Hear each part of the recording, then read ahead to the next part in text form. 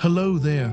I'm so glad you found your way here tonight. Right now, as you settle in, something remarkable is happening within you. Your body is quietly carrying out thousands of processes that keep you alive, processes discovered, refined, and perfected over centuries of medical science. Every heartbeat, every breath, every healing wound is a testament to the quiet miracles of medicine. From ancient remedies to modern marvels, humanity has spent millennia learning how to care for the body and ease its suffering. Medicine is not just a science.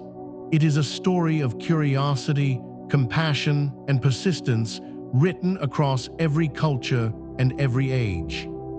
Tonight, we journey into the soothing history and wonders of medicine. We will explore over 100 calming facts about healing, from the earliest surgeons who opened skulls to the gene therapies that may one day cure the incurable, from vaccines that eradicated plagues to the quiet precision of modern operating theaters. There is no test at the end, no rush, no urgency, just the gentle unfolding of humanity's quest to heal, to carry you softly towards sleep. So let your breathing slow, let your thoughts grow quiet, and allow yourself to drift into the peaceful wonder of the world of medicine.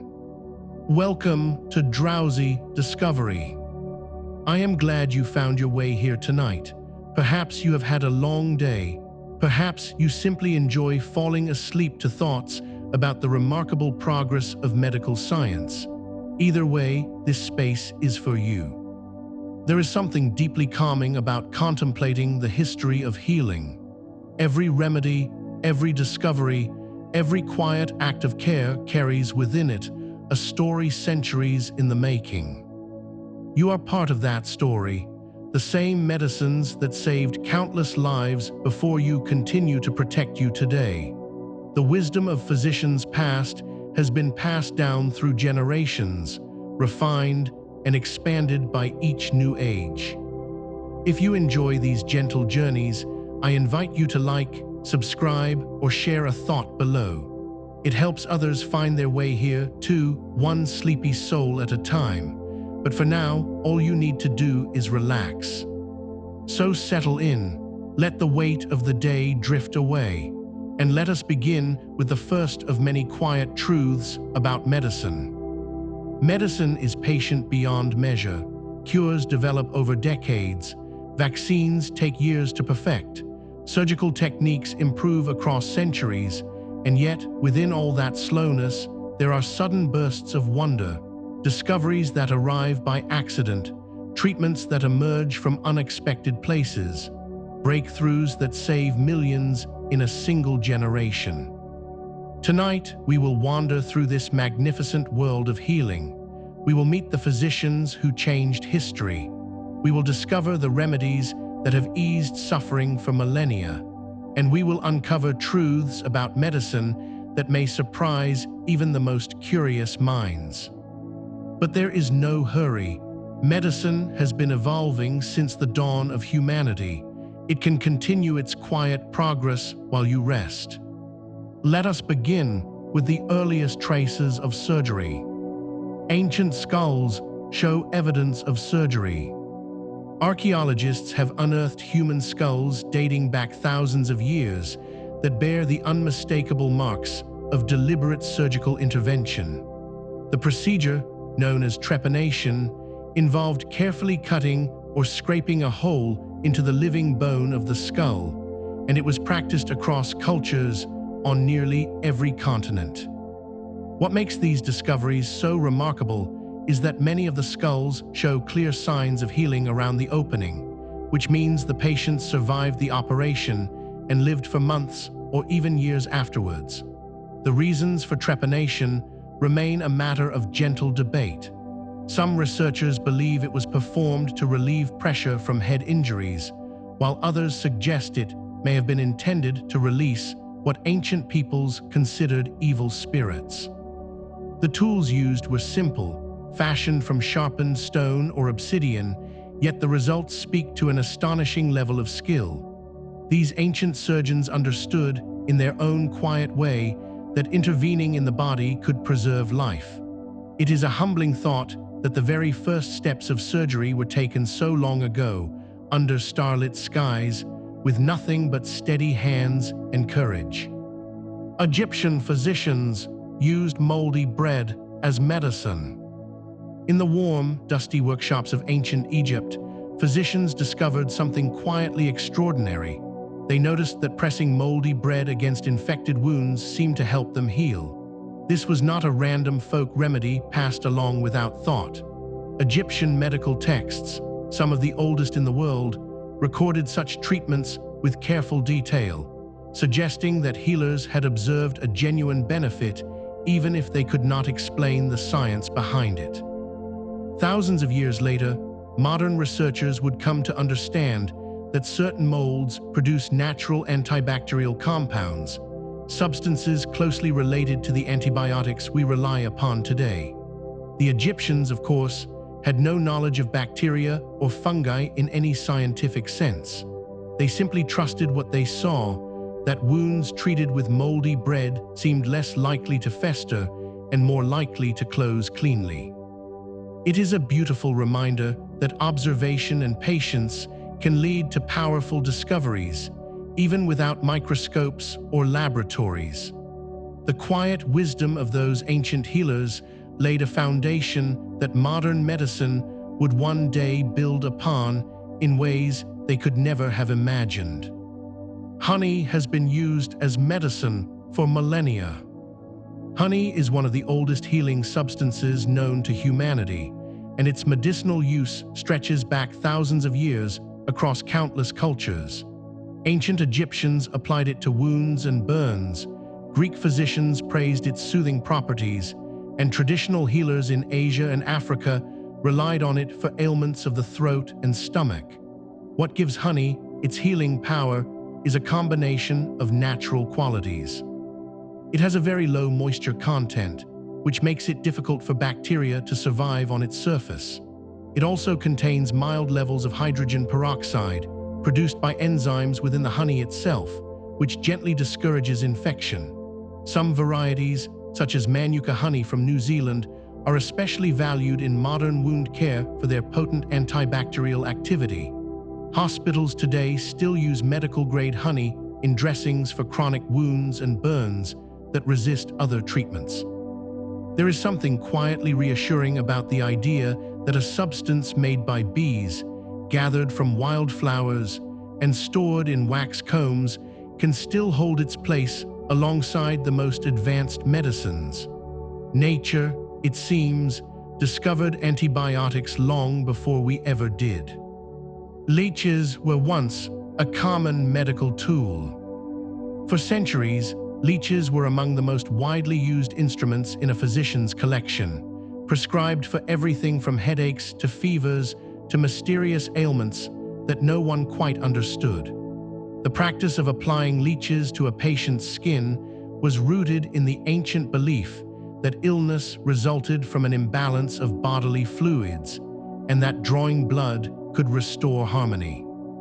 At the height of their popularity in the early 19th century, millions of leeches were harvested each year across Europe, and some species were nearly driven to extinction by the demand. The practice eventually fell out of favor as medical science advanced, and the theory of humoral balance gave way to germ theory and modern diagnostics. Yet here is the remarkable twist. Leeches have returned to medicine in a very specific and valuable role. Surgeons today use medicinal leeches after certain reconstructive procedures because the creatures release natural anticoagulants that help maintain blood flow in delicate tissues. Their saliva contains compounds that reduce swelling and prevent clotting in ways that modern drugs sometimes cannot match. It is a gentle irony that one of medicine's oldest tools has found a quiet place in its future. Hippocrates is called the father of medicine. Hippocrates, born on the Greek island of Kos around 460 years before the Common Era, is widely regarded as the founding figure of Western medicine. What set him apart from the healers who came before was his insistence that disease had natural causes rather than supernatural ones. In an age when illness was commonly blamed on the anger of gods or the curse of spirits, Hippocrates taught his students to observe patients carefully, to record their symptoms, and to seek explanations rooted in the body itself. He and his followers produced a collection of texts known as the Hippocratic Corpus, which covered topics from surgery to diet to the ethical conduct of physicians. Perhaps the most enduring legacy of Hippocrates is the oath that bears his name, a pledge to practice medicine with honesty, compassion, and respect for the patient. Versions of this oath are still recited by medical graduates around the world today. His quiet revolution was not one of dramatic discovery, but of philosophy.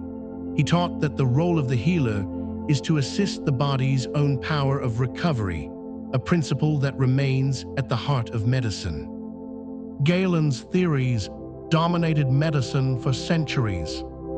Galen was a Greek physician who practiced in Rome during the 2nd century of the Common Era, and his influence on medicine lasted for well over 1,000 years. He was extraordinarily prolific, writing hundreds of texts on anatomy, physiology, and the treatment of disease. His understanding of the body was built largely on the dissection of animals, particularly monkeys and pigs, because the dissection of human bodies was generally forbidden in his time. As a result, some of his conclusions about human anatomy were inaccurate, yet his authority was so respected that few dared to question him for centuries. Galen believed that health depended on the balance of 4 humors: blood, phlegm, yellow bile, and black bile, and this framework shaped medical thinking well into the Renaissance.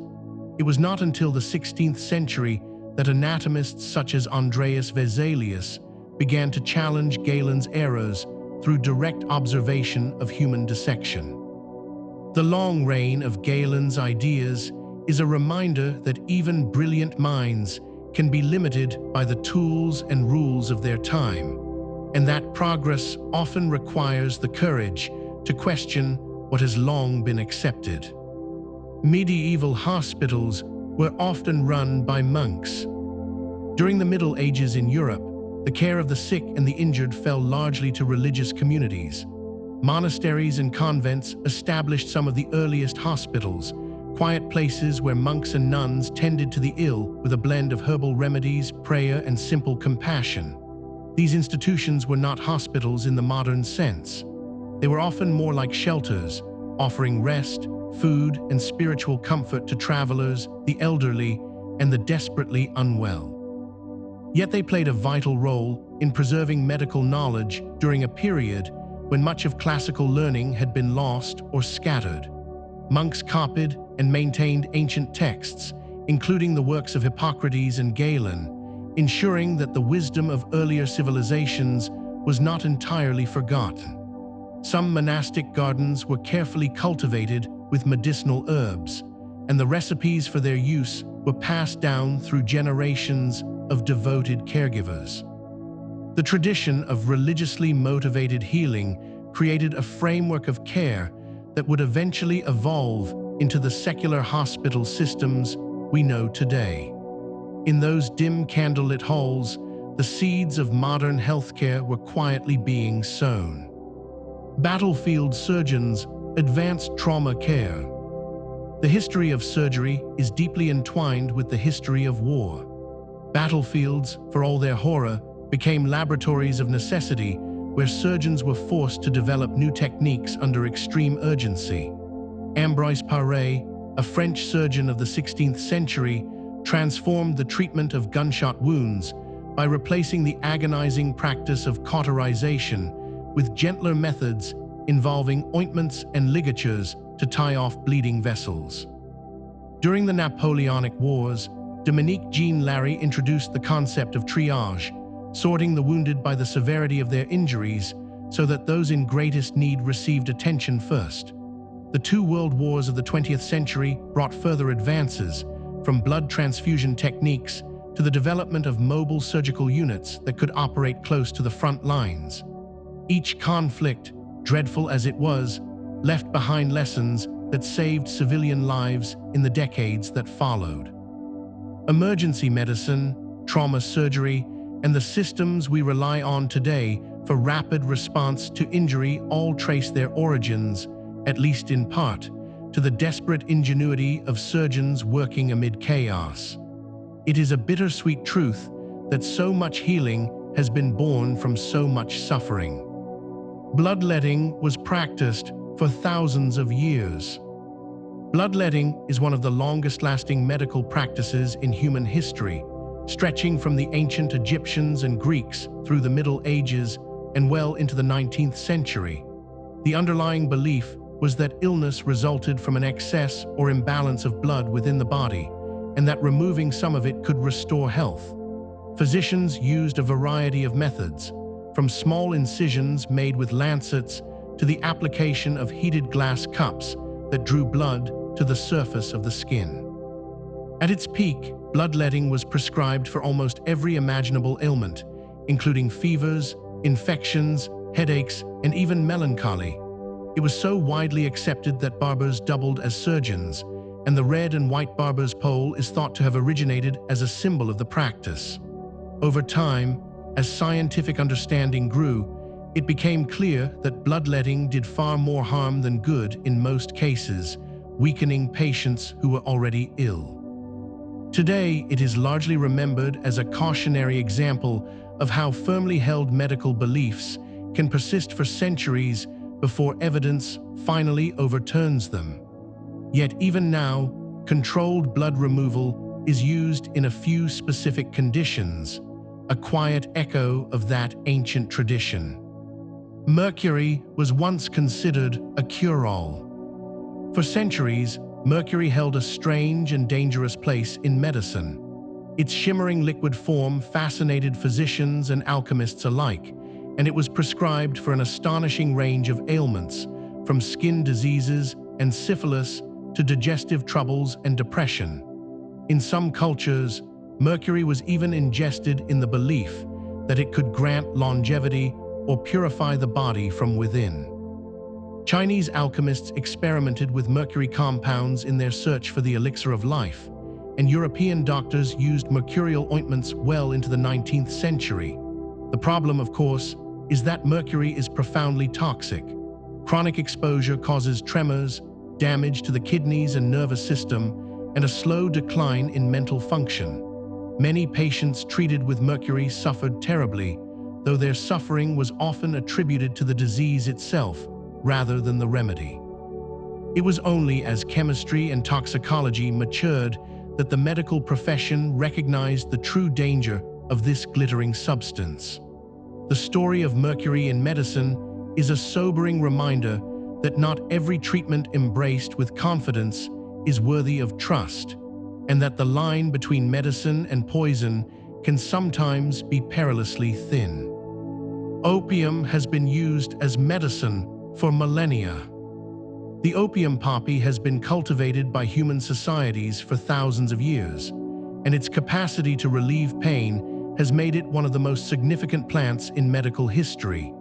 Ancient Sumerian texts, dating back roughly 5,000 years, referred to the poppy as the joy plant, and Egyptian, Greek, and Roman physicians all prescribed opium for pain, sleeplessness, and a host of other conditions.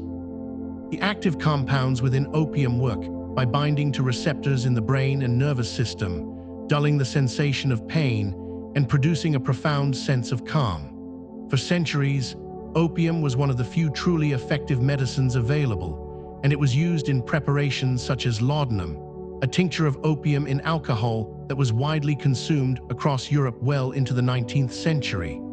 Yet the same properties that make opium so effective as a painkiller also make it dangerously addictive. The modern opioid crisis is a reminder of the delicate balance between relief and dependence.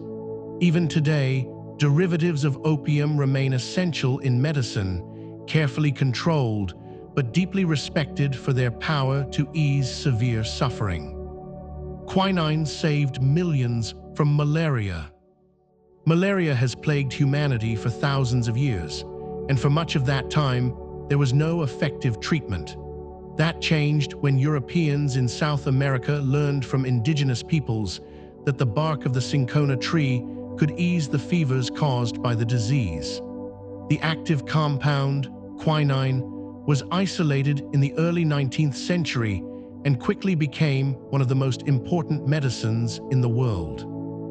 It allowed colonial powers to operate in tropical regions where malaria had previously been a death sentence, and it saved countless lives among soldiers, explorers, and local populations alike.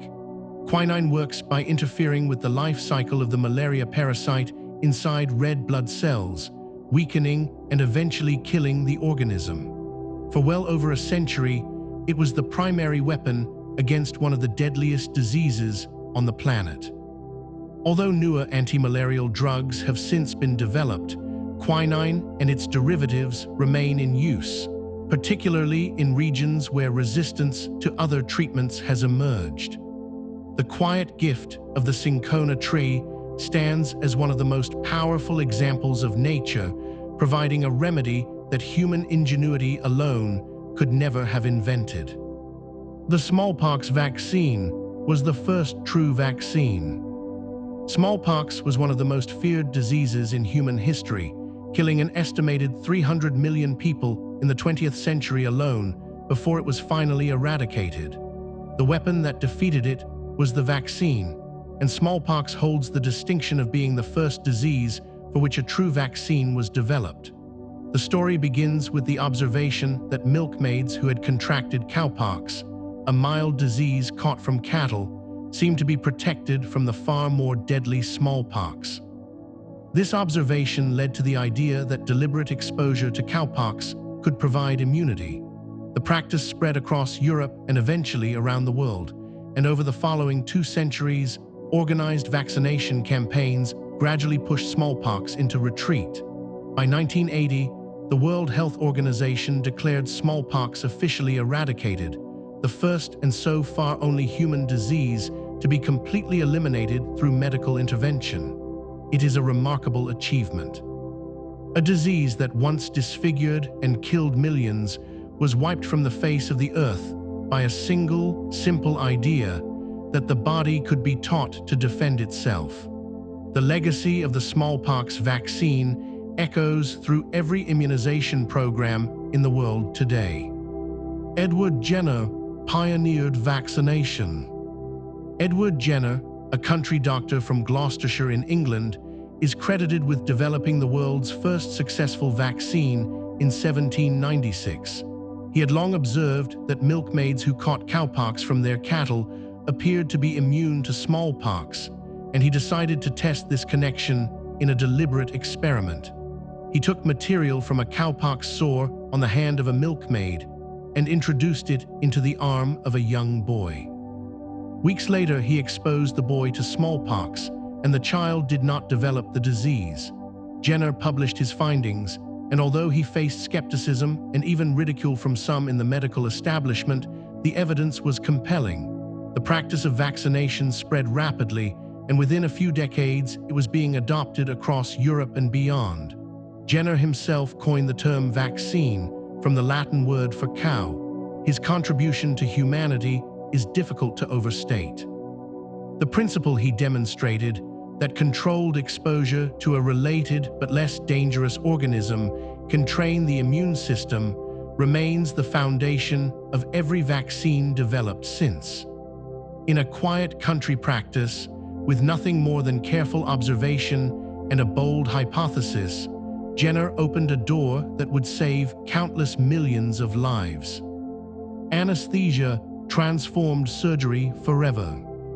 Before the advent of anesthesia, surgery was a terrifying ordeal. Patients were fully conscious, held down by assistants while surgeons worked as quickly as possible to minimize the agony.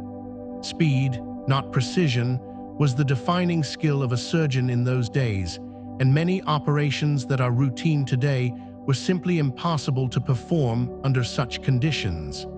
The introduction of anesthesia in the middle of the 19th century changed everything. For the first time, patients could undergo surgery without feeling pain, and surgeons could take the time they needed to work carefully and methodically. This single development opened the door to entirely new categories of surgical procedure, from delicate operations on the eyes and brain to lengthy reconstructive work that would have been unthinkable in a conscious patient. Anesthesia also transformed the emotional landscape of medicine. Surgery was no longer something to be endured with screams and terror, but a controlled, quiet process in which the patient simply drifted into sleep and awoke when it was over. Today, millions of operations are performed each year under anesthesia, and each one is a quiet tribute to the moment when medicine learned to silence pain. Aether was first used in public surgery in 1846. On the 16th of October, 1846, a remarkable event took place at the Massachusetts General Hospital in Boston. A dentist named William Morton administered ether to a patient, and a surgeon then removed a tumor from the patient's neck while he lay peacefully unconscious. The audience of physicians and students watched in astonishment. When the procedure was finished, and the patient confirmed that he had felt no pain, the surgeon is said to have declared that this was no humbug. The demonstration, which took place in what is now known as the Ether Dome, is often regarded as one of the most important moments in the history of medicine. Ether was not a new substance. Chemists had known about it for centuries, but no one had previously demonstrated its use in surgery before such a prominent audience. News of the event spread rapidly across the Atlantic and around the world, and within months surgeons everywhere were experimenting with ether and other inhaled agents. That single day in Boston transformed the practice of surgery from an act of desperate speed into one of calm, deliberate precision. Chloroform became popular for painless childbirth. Shortly after ether demonstrated the possibility of pain-free surgery, another anesthetic agent entered the scene. Chloroform, a sweet-smelling liquid that induced unconsciousness when inhaled, was championed by the Scottish obstetrician James Young Simpson in 1847. Simpson had been searching for a way to ease the suffering of women during childbirth, and he found in chloroform a substance that worked quickly and effectively. The practice of administering chloroform during labor gained widespread acceptance, particularly after Queen Victoria herself was reported to have used it during the birth of her 8th child in 1853. This royal endorsement silenced much of the religious and moral opposition that had argued pain in childbirth was a natural and even divinely ordained experience. Chloroform was easier to administer than ether and less irritating to the airways, which made it popular among surgeons and obstetricians alike. However, it was not without risks. In rare cases, chloroform could cause fatal cardiac arrhythmias, and over time it was gradually replaced by safer alternatives. Nevertheless, its role in normalizing the idea that patients deserved relief from pain was a pivotal chapter in the story of compassionate medicine. Penicillin was discovered by accident.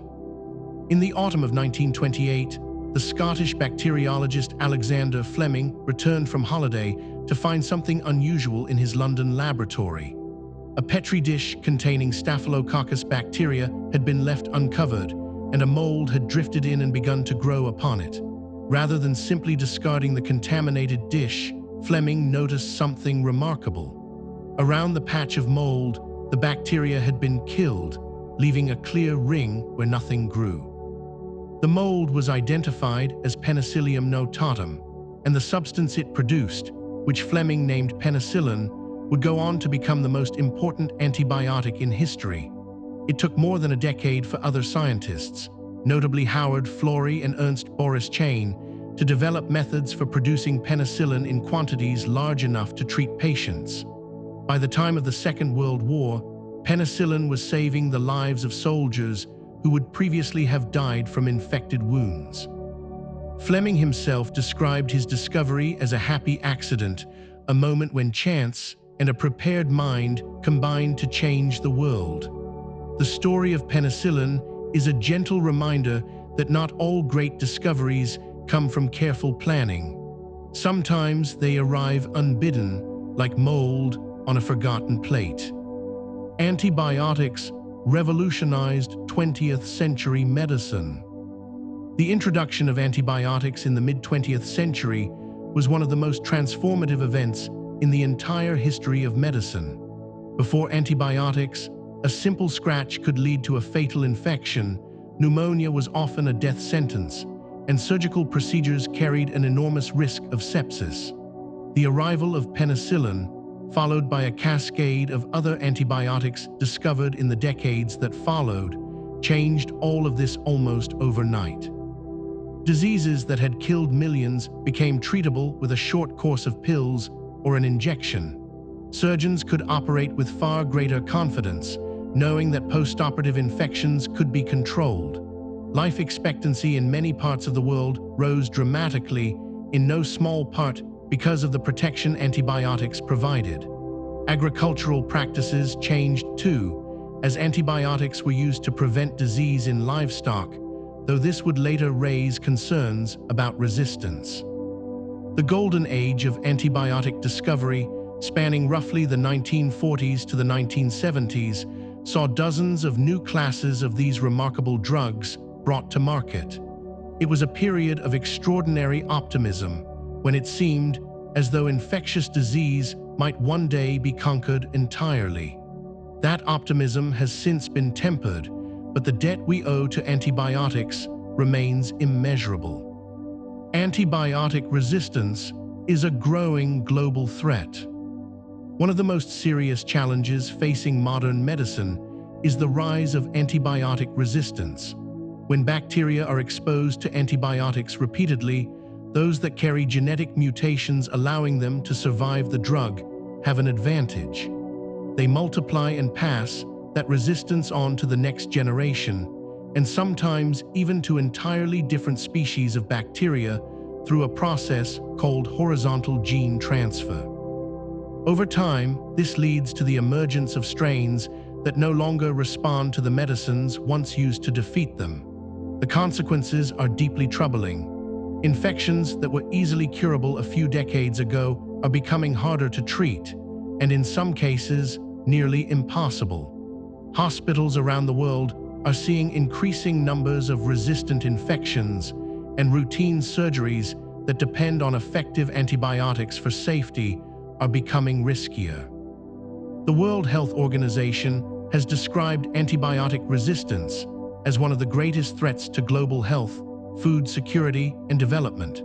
Efforts to combat it include reducing unnecessary prescriptions, limiting antibiotic use in agriculture, and investing in the development of new drugs. The race between bacteria and medicine is a quiet, ongoing struggle, one that underscores the importance of treating these remarkable substances with the care and respect they deserve.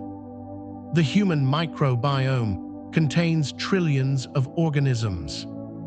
Your body is home to an astonishing community of microorganisms, collectively known as the microbiome. Trillions of bacteria, fungi, viruses, and other tiny life forms live on your skin, in your mouth, and especially within your digestive tract. Far from being unwelcome invaders, most of these organisms are essential partners in your health. They help digest food, produce vitamins, train your immune system, and even influence your mood through complex chemical signaling between the gut and the brain. The diversity of your microbiome is shaped by everything from the circumstances of your birth to your diet, environment, and the medicines you take. Researchers have discovered that disruptions to this delicate community can contribute to conditions ranging from obesity and allergies to autoimmune diseases and depression. The study of the microbiome is still relatively young, and new findings emerge with remarkable frequency. What is already clear is that the old view of bacteria as purely harmful organisms was far too simple. You are not a single organism at all, but a vast, cooperative ecosystem, quietly humming with life even as you rest. The microbiome is one of medicine's most fascinating frontiers. Fecal transplants can restore gut health.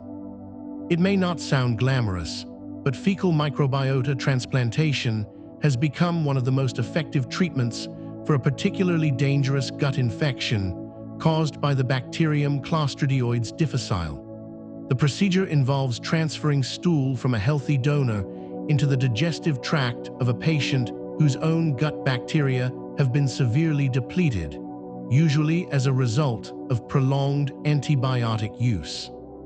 The idea is that the healthy donor's microorganisms will repopulate the patient's gut, restoring the natural balance that keeps harmful bacteria in check. The results have been striking. Studies have shown cure rates of around 90% for recurrent Clostridioides difficile infections, far higher than those achieved with antibiotics alone. Although the concept may seem modern, the principle behind it is ancient. Chinese physicians in the 4th century used preparations of fermented stool to treat severe diarrhea, a practice documented in medical texts of the period. Today, researchers are exploring whether fecal transplants might also be useful in treating other conditions linked to microbiome disruption, including inflammatory bowel disease and certain metabolic disorders. It is a humbling reminder that sometimes the most powerful medicine is not a synthetic drug, but the living community already within us. Insulin transformed diabetes treatment. Before the discovery of insulin, a diagnosis of type 1 diabetes was effectively a death sentence. Patients, often children, would waste away as their bodies lost the ability to regulate blood sugar. There was no treatment, only strict starvation diets that prolonged life by a few miserable months at best. That changed in the early 1920s when a team of researchers in Toronto, including Frederick Banting and Charles Best, succeeded in extracting insulin from the pancreas of animals and demonstrating that it could lower blood sugar in diabetic dogs. The first human patient to receive insulin was a 14-year-old boy in January of 1922. The effect was immediate and dramatic, and word of the treatment spread rapidly around the world. Banting and his colleague John MacLeod were awarded the Nobel Prize in Physiology or Medicine just 2 years later. Since then, insulin production has evolved from animal extracts to genetically engineered human insulin produced by bacteria, making the treatment safer and more accessible. The discovery of insulin did not cure diabetes, but it transformed it from a fatal disease into a manageable condition, granting millions of people the chance to live full and active lives. X-rays were discovered by Wilhelm Röntgen. In 1895, the German physicist Wilhelm Conrad Röntgen was experimenting with cathode rays in his laboratory when he noticed something unexpected. A fluorescent screen on the other side of the room began to glow, even though it was shielded from the cathode tube. He realized that a previously unknown form of radiation was passing through solid objects and striking the screen. He called these mysterious rays X-rays, using the mathematical symbol for the unknown. When Röntgen directed the rays at his wife's hand and captured an image on a photographic plate, the result was the first medical X-ray in history, a ghostly picture of bones surrounded by the faint shadow of flesh. The discovery electrified the scientific world and the general public alike. Within months, physicians were using X-rays to locate broken bones, find bullets lodged in tissue, and diagnose conditions that had previously required exploratory surgery. Röntgen received the very first Nobel Prize in Physics in 1901 for his work. The ability to see inside the living body without making a single incision was a revolution in diagnosis, and it opened a path that would eventually lead to CT scans, fluoroscopy, and many other imaging technologies. Marie Curie, advanced medical uses of radiation. Marie Curie, born Maria Skłodowska in Warsaw, was a physicist and chemist whose work with radioactive materials profoundly shaped modern medicine. Together with her husband Pierre, She discovered the elements polonium and radium, and her research into the nature of radioactivity earned her 2 Nobel Prizes, the first in physics and the second in chemistry, making her the first person ever to receive the honor in 2 different scientific disciplines. Curie's contributions to medicine were immense. She recognized early on that radiation could be used to treat tumors, and during the First World War, she organized mobile X-ray units, known affectionately as Petites Curies, to help battlefield surgeons locate bullets and fractures in wounded soldiers. Her tireless work exposed her to dangerous levels of radiation over many years, and she eventually died from aplastic anemia, almost certainly caused by her prolonged exposure. Yet her legacy endures in every hospital where radiation is used to diagnose or treat disease. The fields of radiology and radiation therapy owe their existence in large part to her courage and dedication. Marie Curie's story is one of quiet brilliance and sacrifice, a life spent illuminating the hidden forces of nature for the benefit of all. CT scans build images from many X-rays. A CT scan, which stands for computed tomography, is one of the most powerful diagnostic tools in modern medicine. It works by taking a series of X-ray images from many different angles around the body, and then using a computer to combine them into detailed cross-sectional pictures. The result is a remarkably clear view of bones, organs, blood vessels, and soft tissues that a single conventional X-ray could never provide. The technology was developed in the early 1970s by Godfrey Hounsfield in England and Alan Cormack in South Africa, both of whom shared the Nobel Prize in Physiology or Medicine in 1979. CT scanners revolutionized the way doctors diagnose conditions ranging from internal bleeding and tumors to kidney stones and spinal injuries. A scan that once took hours can now be completed in a matter of seconds, and the images produced are so detailed that they can reveal abnormalities just a few millimeters in size. The ability to peer inside the body with such precision without a single incision has saved countless lives and transformed emergency medicine in particular. It is a quiet marvel of engineering and physics working hand in hand with the art of healing. MRI uses magnets instead of radiation. Magnetic resonance imaging, commonly known as MRI, is a medical imaging technique that creates detailed pictures of the inside of the body without using any ionizing radiation at all. Instead, it relies on powerful magnetic fields and radio frequency pulses to excite hydrogen atoms within the body's tissues. When those atoms return to their normal state, they emit signals that a computer translates into extraordinarily detailed images. MRI is particularly skilled at revealing soft tissues such as the brain, spinal cord, muscles, ligaments, and organs, areas where X-rays and CT scans are less effective. The development of clinical MRI in the 1970s and 80s was a landmark in diagnostic medicine.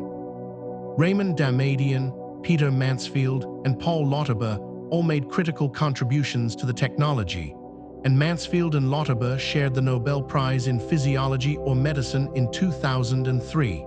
Today, MRI is used to diagnose conditions ranging from torn cartilage and brain tumors to multiple sclerosis and heart disease. Because it does not involve radiation, it is considered especially safe for repeated use and for imaging children and pregnant women. The quiet hum of an MRI machine has become a familiar sound in hospitals around the world. Ultrasound lets doctors see inside safely. Ultrasound imaging uses high-frequency sound waves to create pictures of structures inside the body, and it does so without any radiation or invasive procedures. A small handheld device called a transducer is pressed against the skin, sending sound waves into the body. When those waves bounce off internal organs, fluids, and tissues, the returning echoes are captured and converted into a real-time image on a screen. The technology was adapted for medical use in the 1950s and 60s, drawing on principles originally developed for sonar during the Second World War. Ultrasound quickly became invaluable in obstetrics, allowing doctors to monitor the development of a baby in the womb safely and painlessly. It is also widely used to examine the heart, liver, kidneys, and blood vessels, and to guide needles during biopsies and other procedures.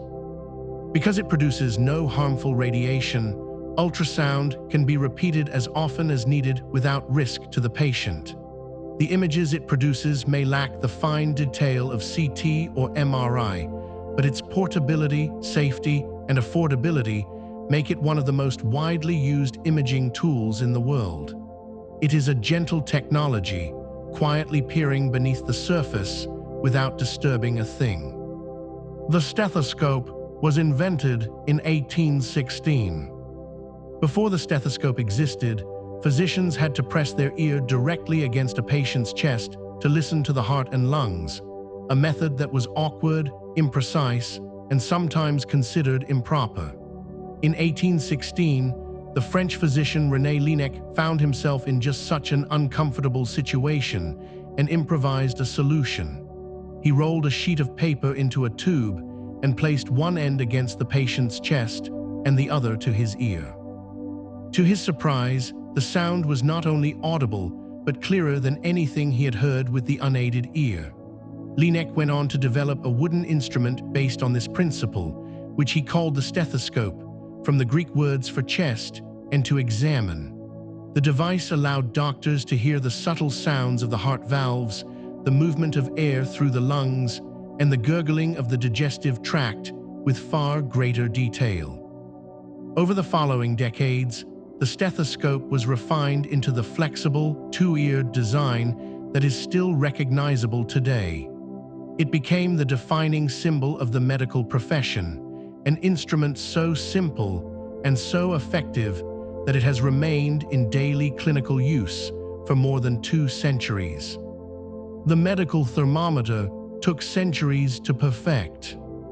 Measuring body temperature is one of the most basic acts in clinical medicine, yet the instrument that makes it possible took a surprisingly long time to develop.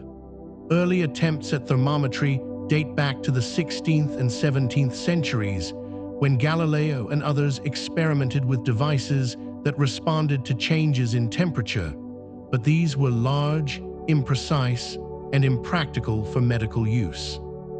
It was not until the 18th century that Daniel Gabriel Fahrenheit developed the Mercurian glass thermometer with a reliable, standardized scale. Even then, medical thermometers remained bulky and slow, sometimes requiring 20 minutes or more to produce a reading. The breakthrough came in the mid-19th century when the German physician Karl Wunderlich conducted thousands of temperature measurements and established that the normal human body temperature hovers around 37 degrees Celsius. His work demonstrated that fever followed predictable patterns in different diseases, turning the thermometer from a curiosity into an essential diagnostic tool. Modern thermometers, whether digital, infrared, or tympanic, can deliver accurate readings in seconds. Yet the journey from Galileo's crude air thermoscope to the Instantred devices of today is a quiet testament to how long it can take for a simple idea to reach its full potential. Blood pressure measurement guides treatment.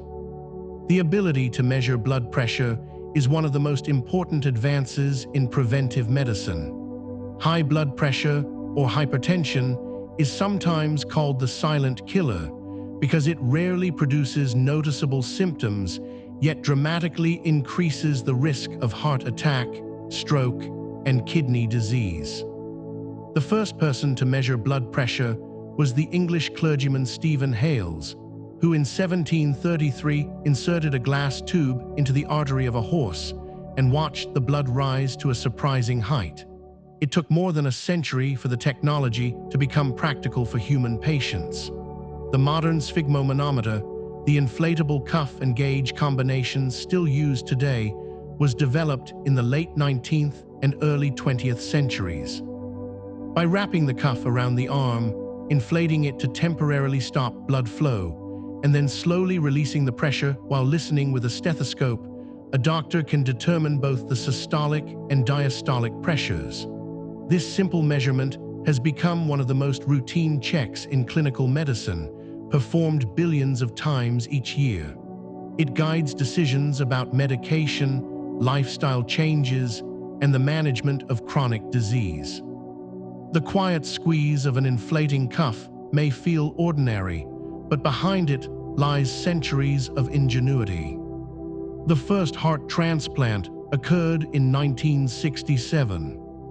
On the 3rd of December, 1967, the South African surgeon Christiaan Barnard performed the first human-to-human heart transplant at Groote Schuur Hospital in Cape Town. The patient was a 54-year-old man named Louis Washkansky, who had been suffering from severe heart failure. The donor heart came from a young woman who had been fatally injured in a car accident. The operation lasted several hours and was performed by a team of around 30 medical professionals.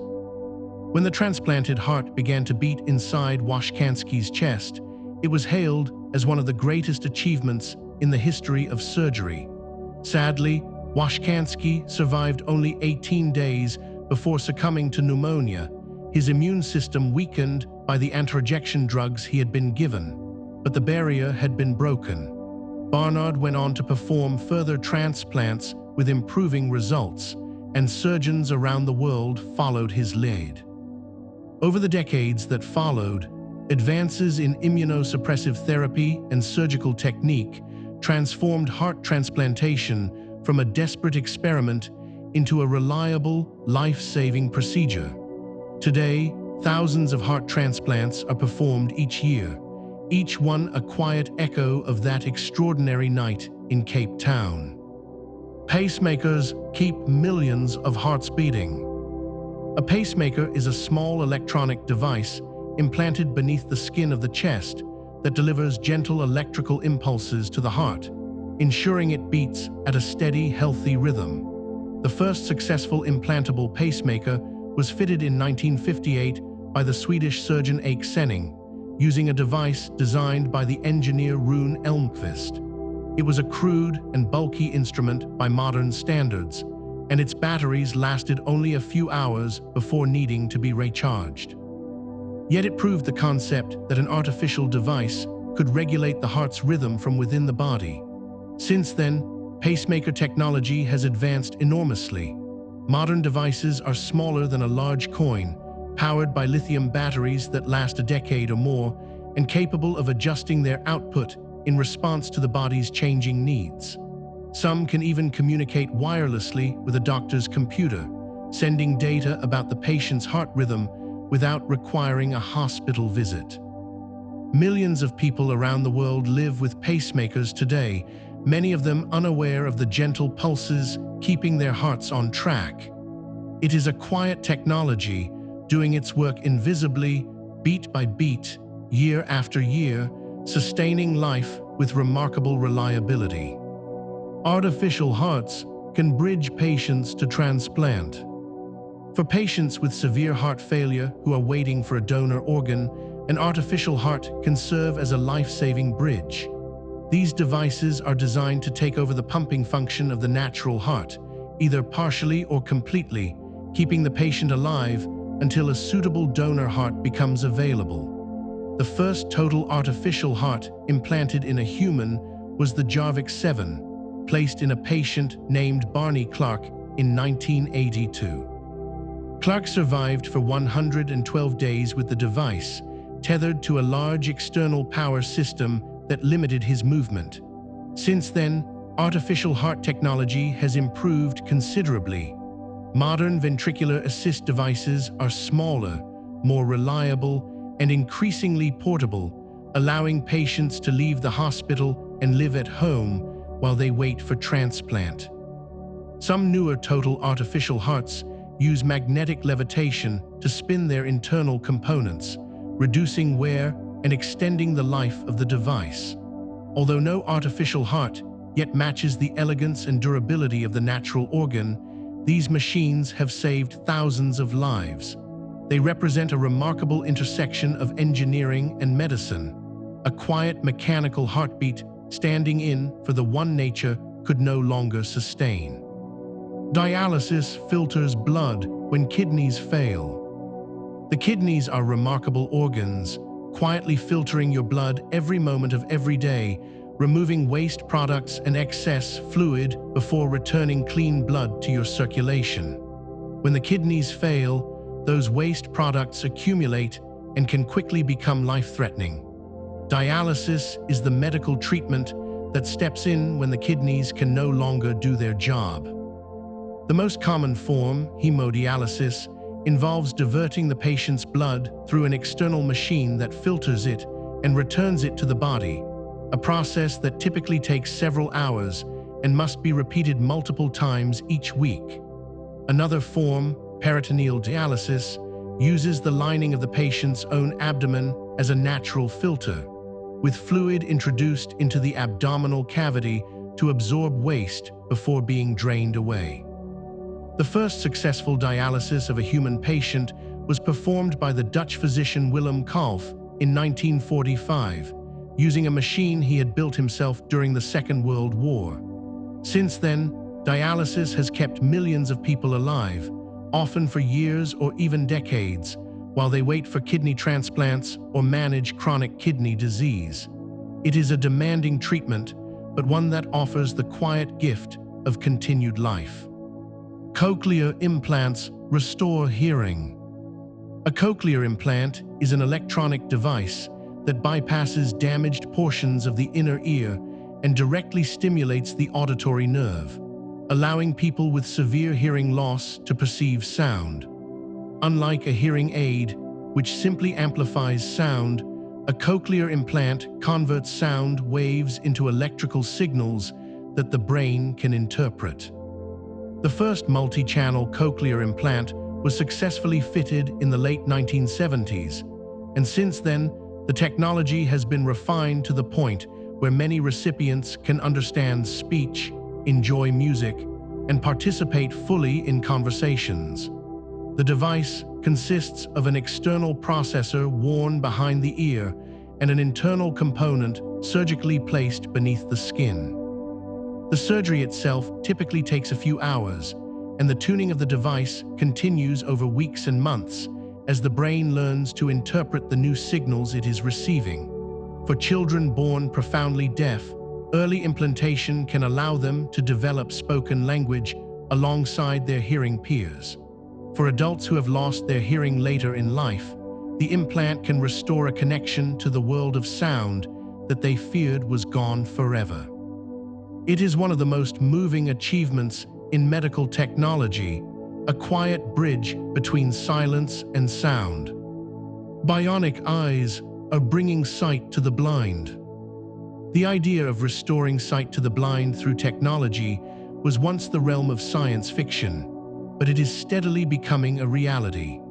Bionic eye systems, also known as retinal prostheses, work by capturing images with a small camera mounted on a pair of glasses and transmitting the visual information wirelessly to an array of electrodes implanted on or near the retina.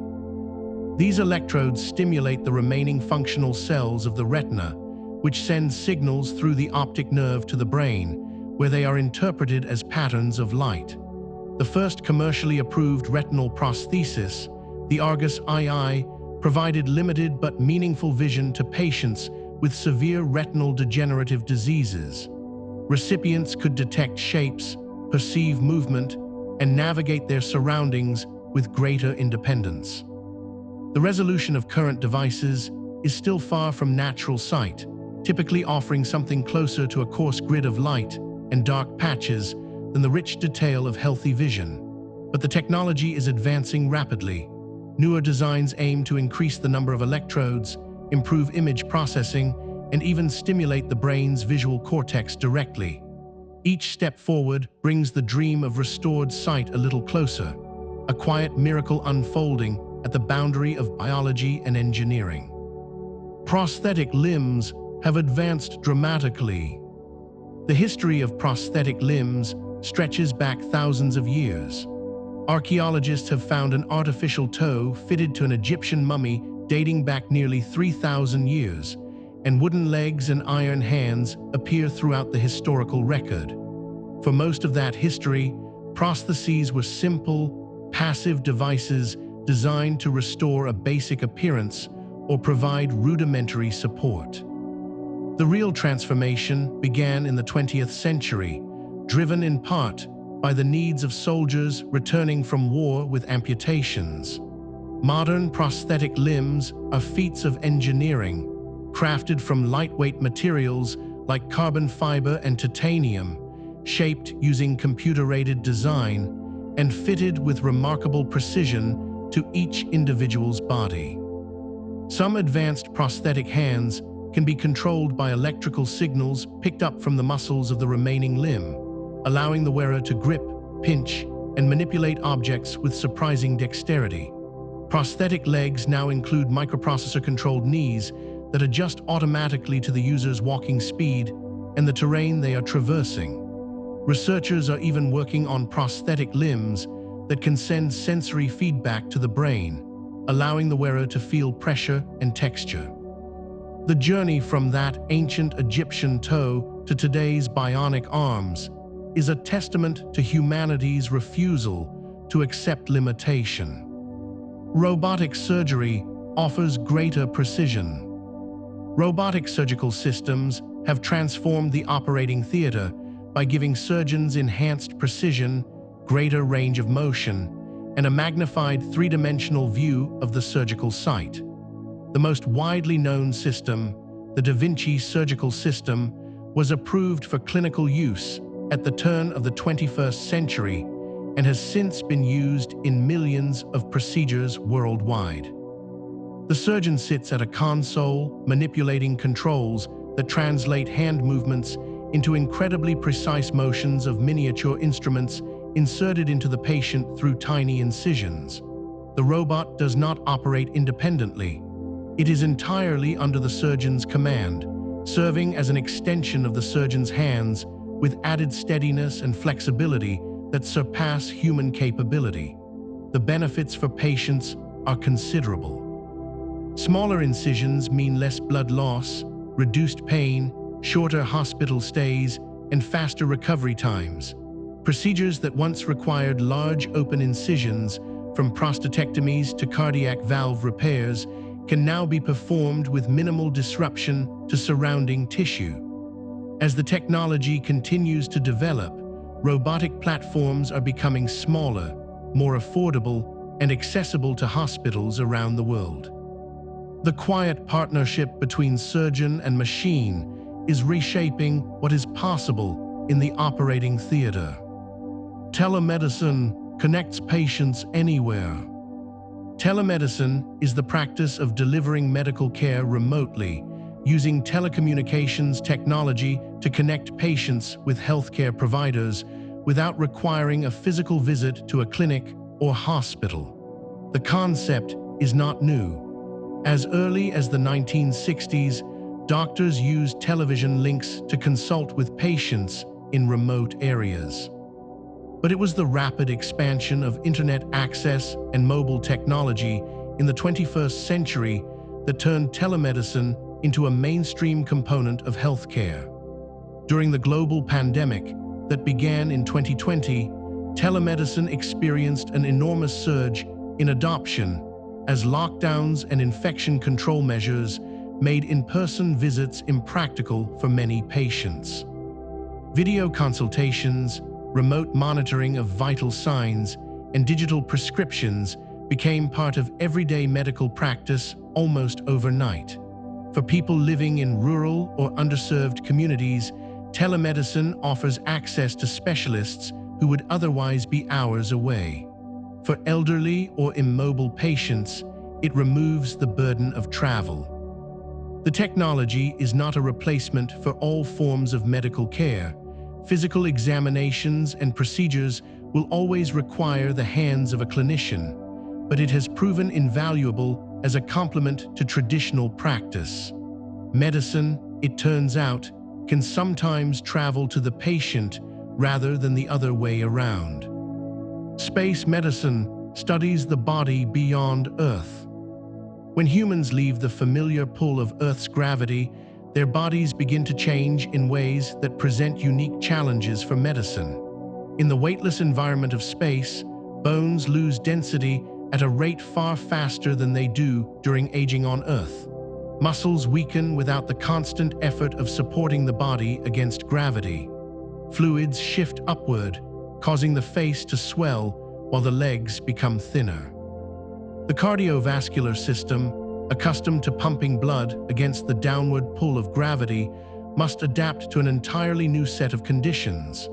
Even vision can be affected, as increased pressure within the skull alters the shape of the eye over time. Space medicine is the field dedicated to understanding and managing these changes, and it has become increasingly important as agencies around the world plan longer missions to the Moon and eventually to Mars. Astronauts on the International Space Station follow rigorous exercise programs designed to slow muscle and bone loss, and researchers study their health data to develop countermeasures for the challenges of extended spaceflight. The lessons learned in orbit often find their way back to Earth, informing the treatment of osteoporosis, muscle wasting, and cardiovascular disease in ways that benefit everyone. DNA sequencing unlocks genetic secrets. DNA sequencing is the process of determining the precise order of the four chemical bases, adenine, thymine, cytosine, and guanine, that make up a strand of DNA. This order or sequence contains the instructions for building and maintaining every living organism. The first method for sequencing DNA was developed in the 1970s by Frederick Sanger, whose chain termination technique became the foundation for decades of genetic research. Sanger's method was painstaking and slow by modern standards, capable of reading only a few hundred bases at a time. Yet it was revolutionary, earning Sanger his second Nobel Prize in chemistry. Since then, sequencing technology has advanced at a breathtaking pace. Modern machines can read billions of bases in a single run, at a cost that has fallen from billions of dollars to just a few hundred.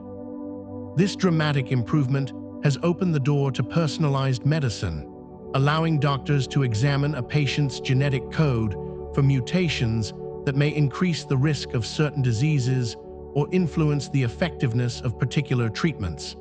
DNA sequencing is also used to identify infectious organisms, track the evolution of viruses, and uncover the genetic basis of rare conditions. It is one of the most powerful tools medicine has ever gained. The Human Genome Project mapped our genetic code.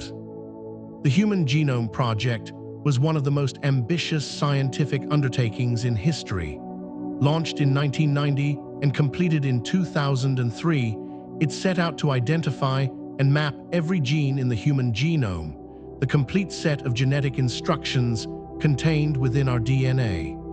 The project was an international collaboration involving thousands of researchers across dozens of institutions in countries around the world. When the final results were published, they revealed that the human genome contains roughly 3 billion base pairs, arranged into approximately 20 to 25,000 genes. This was fewer genes than many scientists had expected, suggesting that human complexity arises less from the number of genes than from the intricate ways in which they are regulated and expressed. The data generated by the project has been made freely available to researchers everywhere, and it has become the foundation for a new era of genetic medicine. Scientists can now identify genetic variants associated with diseases such as cancer, heart disease, and diabetes, and use that information to develop more targeted treatments. The Human Genome Project did not answer every question about human biology, but it provided a map that future generations of researchers will continue to explore for decades to come. Personalized medicine tailors treatment to the individual. For most of medical history, treatments have been designed for the average patient. A standard dose of a standard drug, prescribed for a standard diagnosis, with the hope that it would work for most people. Personalized medicine, sometimes called precision medicine, aims to change that by tailoring treatments to the unique genetic, environmental, and lifestyle characteristics of each individual. The idea is that two patients with the same diagnosis may respond very differently to the same drug, and that understanding the genetic basis of that variation can help doctors choose the most effective treatment with fewer side effects. Advances in DNA sequencing, biomarker testing, and computational analysis have made this vision increasingly practical. In oncology, for example, tumors can now be profiled at the genetic level, allowing doctors to select therapies that target the specific mutations driving a patient's cancer, rather than relying solely on broad chemotherapy. Pharmacogenomics, the study of how genes affect a person's response to drugs, is helping to predict which patients will benefit from a particular medication and which may experience harmful reactions. Personalized medicine is still in its early stages, but it represents a profound shift in how care is delivered, moving from a one-size-fits-all approach towards something far more thoughtful and precise. Gene therapy can correct defective genes. Gene therapy is a medical approach that seeks to treat or prevent disease by altering the genetic material within a patient's cells. The concept is elegantly simple in principle. If a disease is caused by a faulty gene, then replacing or repairing that gene should eliminate the problem. In practice, however, the challenges are immense. Delivering a corrected gene to the right cells in sufficient quantity without triggering a harmful immune response has proven extraordinarily difficult. The field experienced both triumph and tragedy in its early years. Some of the first clinical trials in the 1990s showed promising results in children with severe combined immunodeficiency, a condition that left them virtually without an immune system. But other trials resulted in serious complications, including the death of a young volunteer, which led to years of cautious re-evaluation. Since then, the science has matured considerably. Several gene therapies have been approved for clinical use, treating conditions such as spinal muscular atrophy and certain inherited forms of blindness. Researchers are also exploring gene therapy for more common diseases, including hemophilia, sickle cell disease, and some cancers. The field is still young, but the promise of correcting the root cause of genetic disease rather than merely managing its symptoms remains one of medicine's most compelling frontiers. CRISPR allows precise genetic editing. CRISPR, which stands for Clustered Regularly Interspaced Short Palindromic Repeats, is a revolutionary tool that allows scientists to edit genes with remarkable precision. The technology was adapted from a natural defense system used by bacteria to protect themselves against viral invaders. In essence, CRISPR acts like a pair of molecular scissors, guided by a short strand of RNA to a specific location in the genome, where it cuts the DNA. Once the cut is made, the cell's natural repair machinery can be harnessed to delete, replace, or insert genetic material at that precise spot. The implications for medicine are enormous. CRISPR has already been used in laboratory settings to correct the genetic mutations responsible for sickle cell disease, certain muscular dystrophies, and inherited forms of blindness. Clinical trials are underway to test CRISPR-based therapies in human patients for a growing number of conditions. The technology is faster, cheaper, and more versatile than any previous method of genetic editing, which has accelerated research across the world. Ethical questions about the use of CRISPR, particularly in editing human embryos, remain the subject of intense debate. But the potential for this quiet molecular tool to transform the treatment of genetic disease is already beyond question. Stem cells hold promise for regeneration. Stem cells are unique among the cells of the body because they have the remarkable ability to develop into many different cell types. In the early stages of an embryo, stem cells are capable of becoming any tissue in the body, from brain cells to bone, from muscle to blood. Adult stem cells, found in tissues such as bone marrow, also retain a more limited ability to generate new cells throughout life, which is how the body repairs itself after injury. The discovery that stem cells could be grown in the laboratory and coaxed into becoming specific cell types opened a world of possibility for medicine. Researchers have explored using stem cells to replace damaged heart tissue after a heart attack, to generate insulin-producing cells for patients with diabetes, and to repair spinal cord injuries that were once considered permanent. The field has also generated considerable ethical debate, particularly regarding the use of embryonic stem cells. The development of induced pluripotent stem cells, ordinary adult cells that can be reprogrammed to behave like embryonic stem cells, has eased some of those concerns while expanding the tools available to researchers. Stem cell therapy is still largely experimental, but its potential to regenerate damaged tissues offers a gentle hope for the future of medicine. Regenerative medicine aims to rebuild tissues. Regenerative medicine is a broad and rapidly evolving field that seeks to repair or replace tissues and organs damaged by disease, injury, or aging.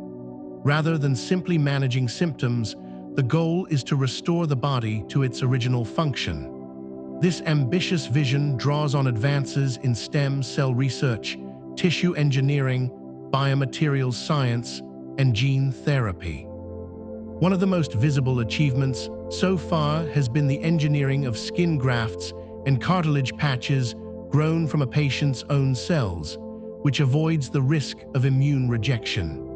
Researchers have also made progress in growing simple tubular structures, such as blood vessels and sections of trachea, in the laboratory, and transplanting them into patients. More complex organs, such as kidneys or livers, remain far more challenging because of their intricate internal architecture and the need for a functioning blood supply. Yet the pace of discovery is encouraging. Scientists have demonstrated the ability to grow miniature organ-like structures called organoids in the lab, which serve as valuable models for studying disease and testing new drugs. Regenerative medicine is still in its early chapters, but the vision it offers, a future in which the body's damaged parts can be rebuilt rather than replaced, is one of the most inspiring in all of modern science. 3D bioprinting creates living structures. Three-dimensional bioprinting is a technology that uses specialized printers to deposit layers of living cells, growth factors, and biomaterials in precise patterns to create tissue-like structures. The concept builds on conventional three-dimensional printing, which creates solid objects by adding material layer by layer, but replaces plastic or metal with biological inks composed of living cells suspended in a supportive gel. Researchers have already used bioprinting to create patches of skin, sections of cartilage, and thin layers of liver and heart tissue that function in laboratory settings. The ultimate goal is to print fully functional organs that could be transplanted into patients, eliminating the desperate shortage of donor organs that costs thousands of lives each year. Achieving this remains a significant challenge. Complex organs contain many different cell types arranged in intricate three-dimensional architectures, and they require a network of blood vessels to supply oxygen and nutrients to every part. Despite these obstacles, progress has been steady. Some bioprinted tissues are already being used to test new drugs, reducing the need for animal experiments. Others are being explored as custom-fitted implants for reconstructive surgery. The idea that a machine could one day print a living, beating heart may sound extraordinary, but the foundations are quietly being laid. Artificial skin helps burn victims recover. Severe burns are among the most devastating injuries the human body can endure. They destroy not only the outer layer of skin, but can penetrate deep into underlying tissues, leaving wounds that are extremely vulnerable to infection and terribly slow to heal. For decades, the primary treatment was skin grafting, transplanting healthy skin from another part of the patient's body onto the wound. But in cases of extensive burns, there may not be enough healthy skin available. This is where artificial skin enters the picture. Developed from the late 1970s onwards, artificial skin products are engineered materials that mimic the structure and function of natural skin, providing a protective barrier while encouraging the body's own cells to regenerate beneath it. Some versions are made from collagen-based scaffolds seeded with the patient's own cells, while others use synthetic polymers designed to degrade gradually as new tissue grows. The results have been remarkable. Patients who might previously have died from infection or fluid loss can now survive and recover with far less scarring. Artificial skin does not yet fully replicate the complexity of natural skin, with its sweat glands, hair follicles, and nerve endings, but it has given burn victims a chance at recovery that was once unimaginable. Lab-grown organs are already being tested. The idea of growing a human organ in a laboratory and transplanting it into a patient sounds like something from the distant future, yet it is already happening in limited forms. Scientists have successfully engineered and implanted relatively simple structures such as bladders, sections of trachea, and blood vessels using cells harvested from the patients themselves.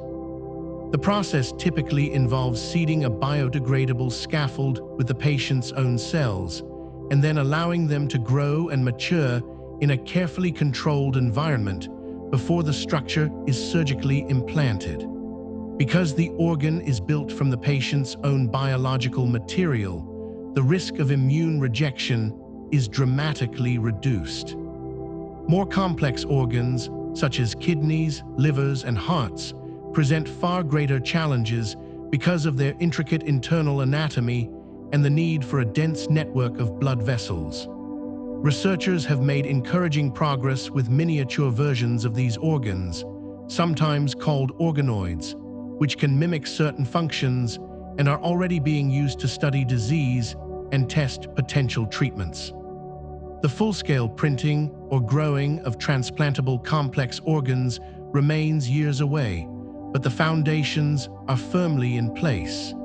Each small advance brings medicine closer to a future in which no patient need die waiting for a donor organ. Immunotherapy teaches the body to fight tumors. Immunotherapy represents one of the most exciting developments in cancer treatment in recent decades. Rather than attacking a tumor directly with drugs or radiation, immunotherapy works by harnessing the patient's own immune system and teaching it to recognize and destroy cancer cells. The immune system is remarkably good at identifying and eliminating threats, but cancer cells are cunning. They can disguise themselves, suppress immune responses, and even hijack the body's own regulatory mechanisms to avoid detection. Immunotherapy drugs, known as checkpoint inhibitors, work by removing the brakes that cancer cells place on the immune response, allowing the body's natural defenses to see and attack the tumor. Other forms of immunotherapy involve engineering the patient's own immune cells in the laboratory to be more effective against cancer before reinfusing them into the body. The results in certain cancers have been extraordinary. Patients with advanced melanoma, lung cancer, and some blood cancers who had exhausted all other options have experienced dramatic and sometimes durable remissions. Immunotherapy does not work for every patient or every type of cancer, and it can cause significant side effects when the immune system becomes overactive. But for many, it has offered a lifeline where none previously existed, a quiet revolution in the way we think about fighting cancer. Monoclonal antibodies target specific diseases. Monoclonal antibodies are laboratory-made molecules designed to mimic the immune system's ability to target specific threats. Each monoclonal antibody is engineered to bind to a particular protein or antigen on the surface of a cell, much like a key fitting a specific lock. This precision allows them to be used as highly targeted treatments for a wide range of conditions. In cancer therapy, monoclonal antibodies can attach to proteins found on the surface of tumor cells, marking them for destruction by the immune system or delivering toxic substances directly to the cancer while largely sparing healthy tissue. In autoimmune diseases such as rheumatoid arthritis and Crohn's disease, monoclonal antibodies can block the inflammatory molecules that drive the condition, offering relief when other treatments have failed. They have also proven invaluable in fighting infectious diseases. During the early stages of the pandemic caused by the novel coronavirus, monoclonal antibody treatments were used to help vulnerable patients fight the virus before their own immune systems could mount a full response. The development of monoclonal antibodies has been one of the most productive areas of pharmaceutical research, and new applications continue to emerge. These precisely engineered molecules represent a quiet but powerful shift toward treatments that work with the body rather than against it. mRNA vaccines were decades in the making. The messenger RNA vaccines that became household names during the global pandemic of 2020 were not born overnight. Their development rested on decades of quiet, often overlooked research into the biology of messenger RNA, the molecule that carries instructions from DNA to the cellular machinery that builds proteins. The idea of using mRNA as a therapeutic tool was first explored in the 1990s, but early efforts were hampered by the molecule's instability and its tendency to provoke unwanted immune reactions. Researchers spent years developing chemical modifications that made synthetic mRNA more stable and less inflammatory, work that was largely conducted without public attention or major funding. It was only when these technical hurdles were overcome that mRNA became a viable platform for vaccines. When the genetic sequence of the novel coronavirus was shared in early 2020, scientists were able to design an mRNA vaccine within days, encoding instructions for the body to produce a harmless piece of the virus's spike protein and trigger an immune response. The speed of development was unprecedented, but it was built on a foundation of persistent research stretching back more than 2 decades.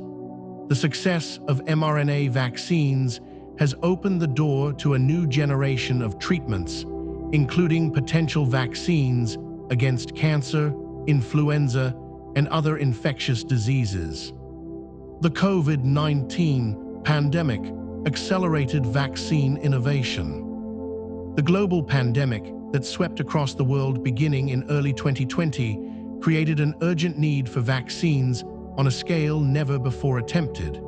Within less than a year of the virus being identified, multiple vaccines had been developed, tested in large clinical trials, and authorized for emergency use, a timeline that shattered all previous records for vaccine development. This extraordinary speed was made possible by several factors. Earlier research into related coronaviruses provided a valuable head start. New vaccine platforms, particularly mRNA technology, allowed rapid design and manufacturing.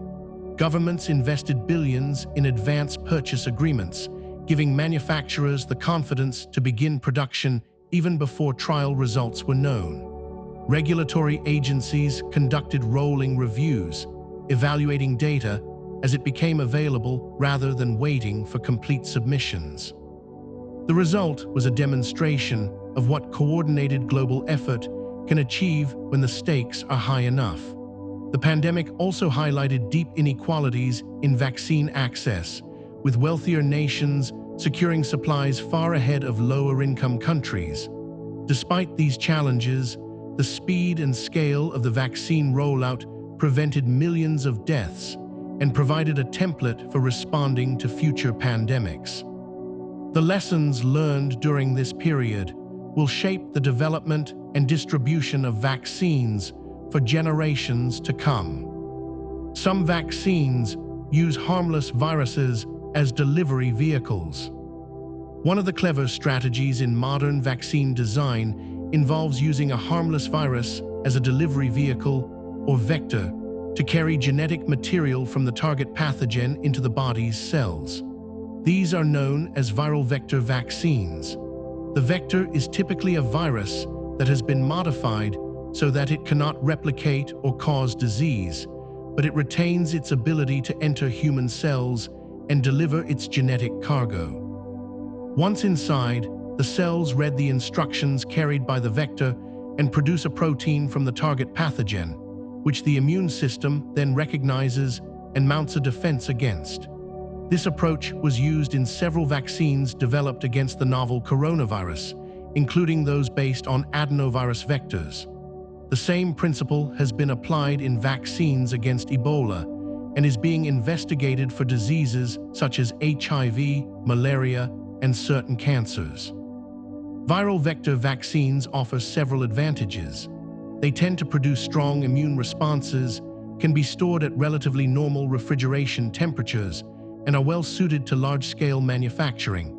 However, pre-existing immunity to the vector virus can sometimes reduce effectiveness, which is why researchers often choose rare or animal-derived viruses as their delivery platforms. It is a sophisticated form of molecular deception, using one virus to teach the body how to fight another. Antivirals contain once-deadly infections. Antiviral drugs are medicines designed to treat infections caused by viruses, and their development has been one of the quiet triumphs of modern medicine. Unlike antibiotics, which target bacteria, antivirals work by interfering with specific stages of the viral life cycle, preventing the virus from entering cells, replicating its genetic material, or assembling new viral particles. The challenge of creating effective antivirals is considerable because viruses rely heavily on the host cell's own machinery to reproduce, making it difficult to attack the virus without also harming the patient. Despite these difficulties, antiviral drugs have transformed the outlook for several once devastating conditions. Treatments for influenza, hepatitis B and C, and HIV have turned lethal infections into manageable or even curable diseases.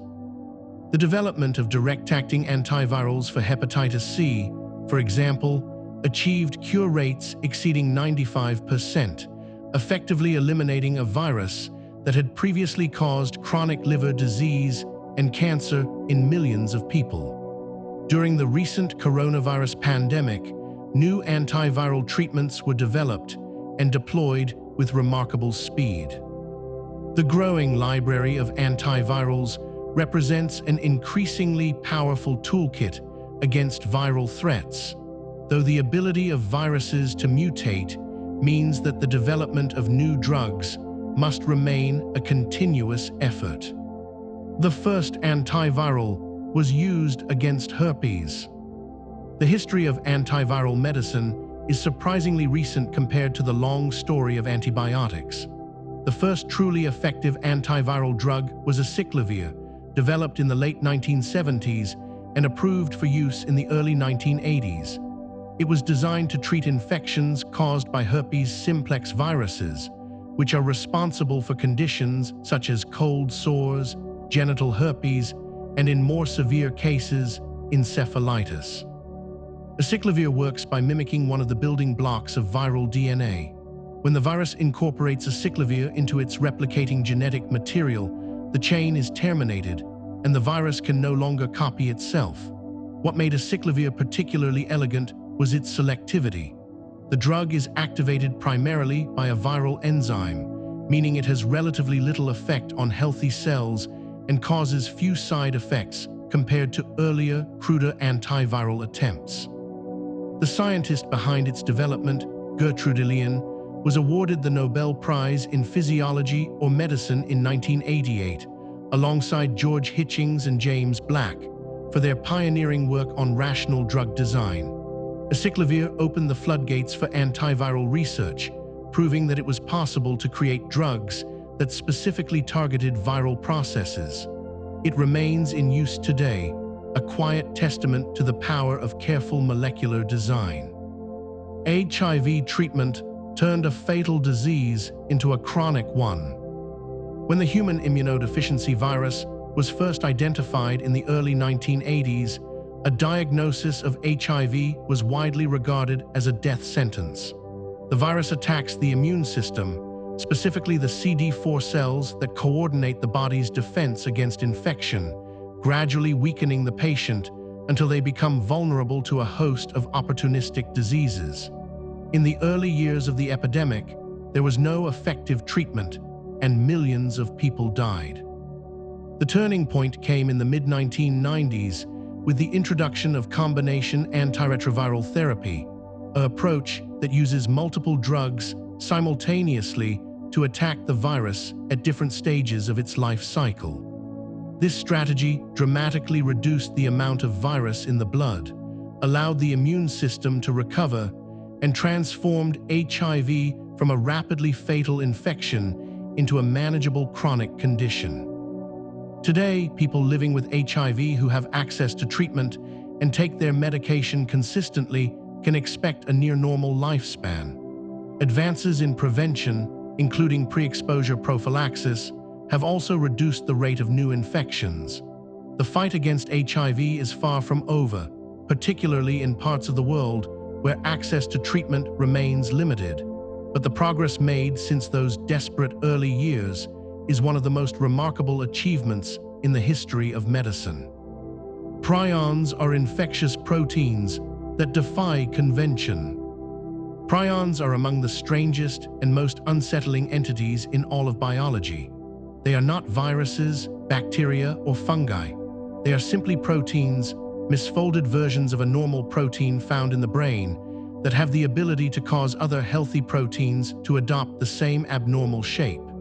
This chain reaction of misfolding leads to the accumulation of insoluble protein clumps in the brain, which progressively destroy nerve tissue and inevitably prove fatal.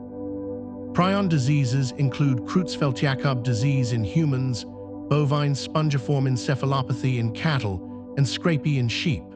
What makes prions so remarkable and so frightening is that they are infectious without possessing any genetic material at all. They carry no DNA or RNA, which means they cannot be killed by the methods used to destroy conventional pathogens. They resist heat, radiation, and chemical disinfection to a degree that borders on the uncanny. The concept of an infectious protein was first proposed by Stanley Prusiner in 1982, a claim so radical that it was initially met with widespread skepticism. Prusiner was later awarded the Nobel Prize in Physiology or Medicine for his work. Prion diseases remain incurable, but understanding them has deepened our knowledge of protein folding and neurodegeneration in ways that extend far beyond these rare conditions. Mad cow disease revealed a medical mystery. In the 1980s, a strange and terrifying disease began to appear in cattle across the United Kingdom. Cows would lose coordination, become aggressive, and eventually die, their brains riddled with tiny holes that gave the tissue a sponge-like appearance under the microscope. The condition was called bovine spongiform encephalopathy, but the public knew it as mad cow disease. The cause was eventually traced to prions, misfolded proteins that had entered the food chain through contaminated animal feed. The true horror arrived when scientists discovered that humans could contract a related condition, variant Creutzfeldt-Jakob disease, by eating infected beef. The disease was invariably fatal, striking mostly young people and progressing relentlessly over months. The resulting public health crisis led to the slaughter of millions of cattle, the introduction of strict regulations on animal feed, and a fundamental reassessment of food safety practices. The epidemic also transformed the scientific understanding of infectious disease, demonstrating that an agent with no genetic material at all could transmit a lethal condition between species. The number of human cases remained relatively small, but the fear it generated was immense. Mad cow disease taught the world that threats to health can emerge from the most unexpected sources, and that vigilance is the price of safety. Antibiotics do not work against viruses. One of the most important and commonly misunderstood facts in medicine is that antibiotics are effective only against bacteria and have no effect whatsoever on viruses. Antibiotics work by targeting specific structures or processes unique to bacterial cells, such as their cell walls, their protein-building machinery, or their ability to replicate DNA. Viruses, however, are fundamentally different. They are not cells at all, but tiny packets of genetic material wrapped in a protein coat. They reproduce by hijacking the machinery of their host's own cells, which means there is nothing distinctly viral for an antibiotic to attack. Despite this, antibiotics are frequently prescribed or requested for viral infections, such as the common cold, influenza, and many sore throats, a practice that is not only ineffective, but actively harmful. Unnecessary antibiotic use accelerates the development of resistant bacteria, creating superbugs that are increasingly difficult to treat. Public health campaigns around the world have worked for years to educate both patients and physicians about the importance of reserving antibiotics for bacterial infections. The distinction may seem simple, but it is one of the most consequential lessons in modern medicine. Understanding what antibiotics can and cannot do is essential to preserving their effectiveness for the generations that follow. Bacteriophages are viruses that kill bacteria. Bacteriophages, often simply called phages, are viruses that specifically infect and destroy bacteria.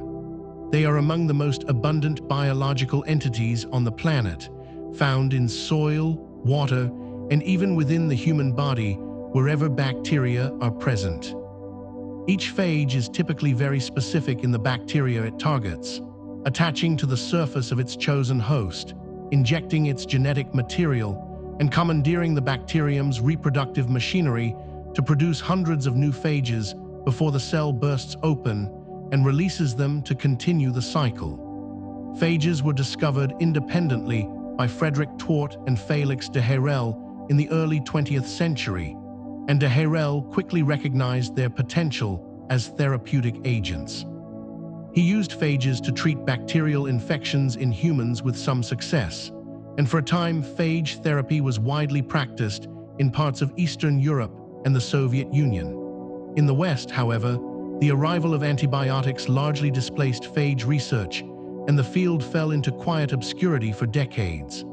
Now, as antibiotic resistance threatens to undermine modern medicine, interest in phage therapy is experiencing a remarkable revival. Researchers around the world are exploring ways to use phages, either alone or alongside antibiotics, to treat infections that no longer respond to conventional drugs. Phage therapy is returning as antibiotic resistance rises. As the crisis of antibiotic resistance deepens, the medical world is turning with renewed interest to an old idea.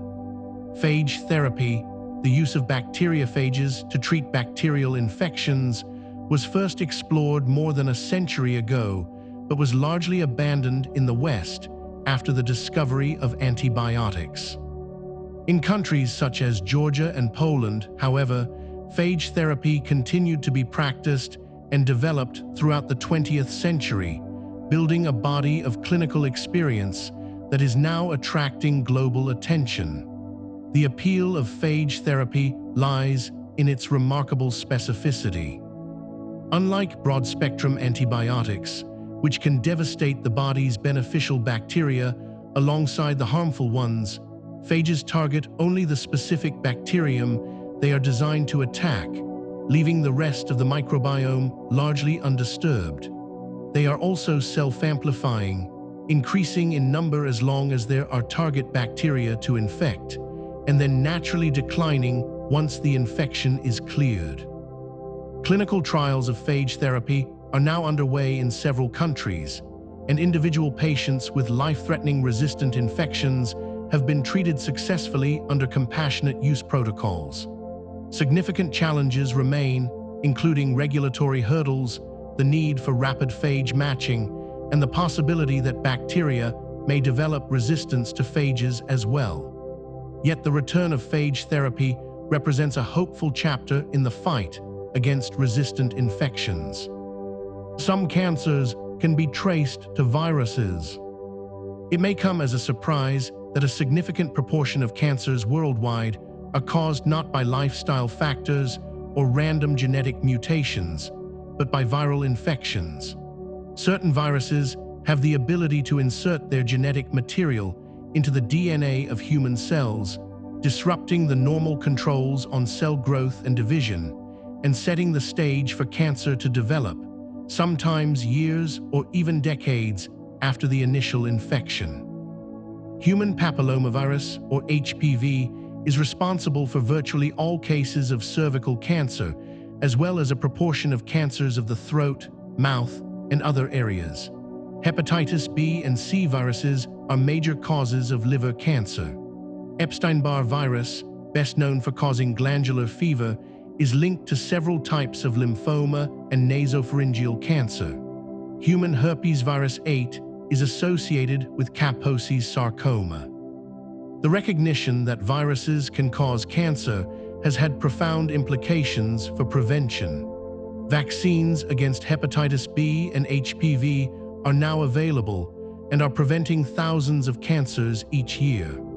Antiviral treatments that cure hepatitis C are also expected to reduce the burden of liver cancer in the coming decades. Understanding the viral origins of certain cancers has transformed our approach from treatment alone to prevention, offering a quiet but powerful path toward reducing the global toll of this disease. The first chemotherapy was derived from mustard gas. The origins of chemotherapy lie in one of the darkest chapters of modern history. During the First World War, soldiers exposed to mustard gas, a chemical weapon designed to blister the skin and damage the lungs, were found to have severely depleted white blood cell counts. Decades later, researchers revisited this observation and wondered whether a controlled version of the chemical might be used to kill the rapidly dividing white blood cells seen in certain cancers.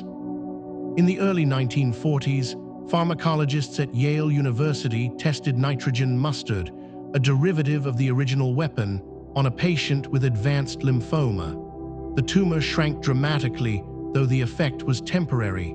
This success, kept secret during wartime, marked the birth of cancer chemotherapy. Since then, dozens of chemotherapy drugs have been developed, each targeting rapidly dividing cells in different ways. Chemotherapy has saved millions of lives, but its lack of specificity means it also damages healthy cells that divide quickly, such as those in the hair follicles, gut lining, and bone marrow, which accounts for its well-known side effects. The field has evolved enormously, with newer targeted therapies and immunotherapies offering alternatives for many cancers.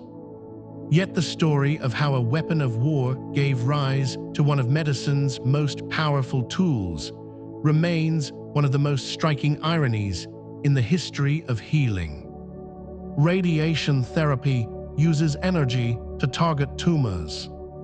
Radiation therapy, also known as radiotherapy, is a cancer treatment that uses high-energy beams to damage the DNA of tumor cells, preventing them from dividing and eventually causing them to die. It is one of the most widely used treatments in oncology, employed either as a primary therapy or alongside surgery and chemotherapy. The principle behind radiation therapy was recognized shortly after the discovery of X-rays and radioactivity in the late 19th century, when physicians noticed that exposure to radiation could shrink tumors. Over the following decades, the technology was refined to deliver increasingly precise doses of radiation to the tumor while minimizing damage to surrounding healthy tissue. Modern techniques such as intensity-modulated radiation therapy and stereotactic radiosurgery can shape the radiation beam to match the exact contours of a tumor, sparing nearby organs with remarkable accuracy. Proton therapy, which uses beams of protons instead of X-rays, offers even greater precision for certain types of cancer. For many patients, radiation therapy is delivered in a series of brief daily sessions over several weeks, each one quietly targeting the tumor while the patient goes about their life. It is a treatment born from the same forces that power the stars, carefully harnessed and gently directed to heal. Targeted therapy attacks cancer while sparing healthy cells. Traditional chemotherapy works by killing cells that divide rapidly, which includes cancer cells but also many healthy cells, leading to significant side effects. Targeted therapy represents a more refined approach. These drugs are designed to interfere with specific molecules or pathways that cancer cells rely on for growth and survival, while leaving most normal cells unharmed.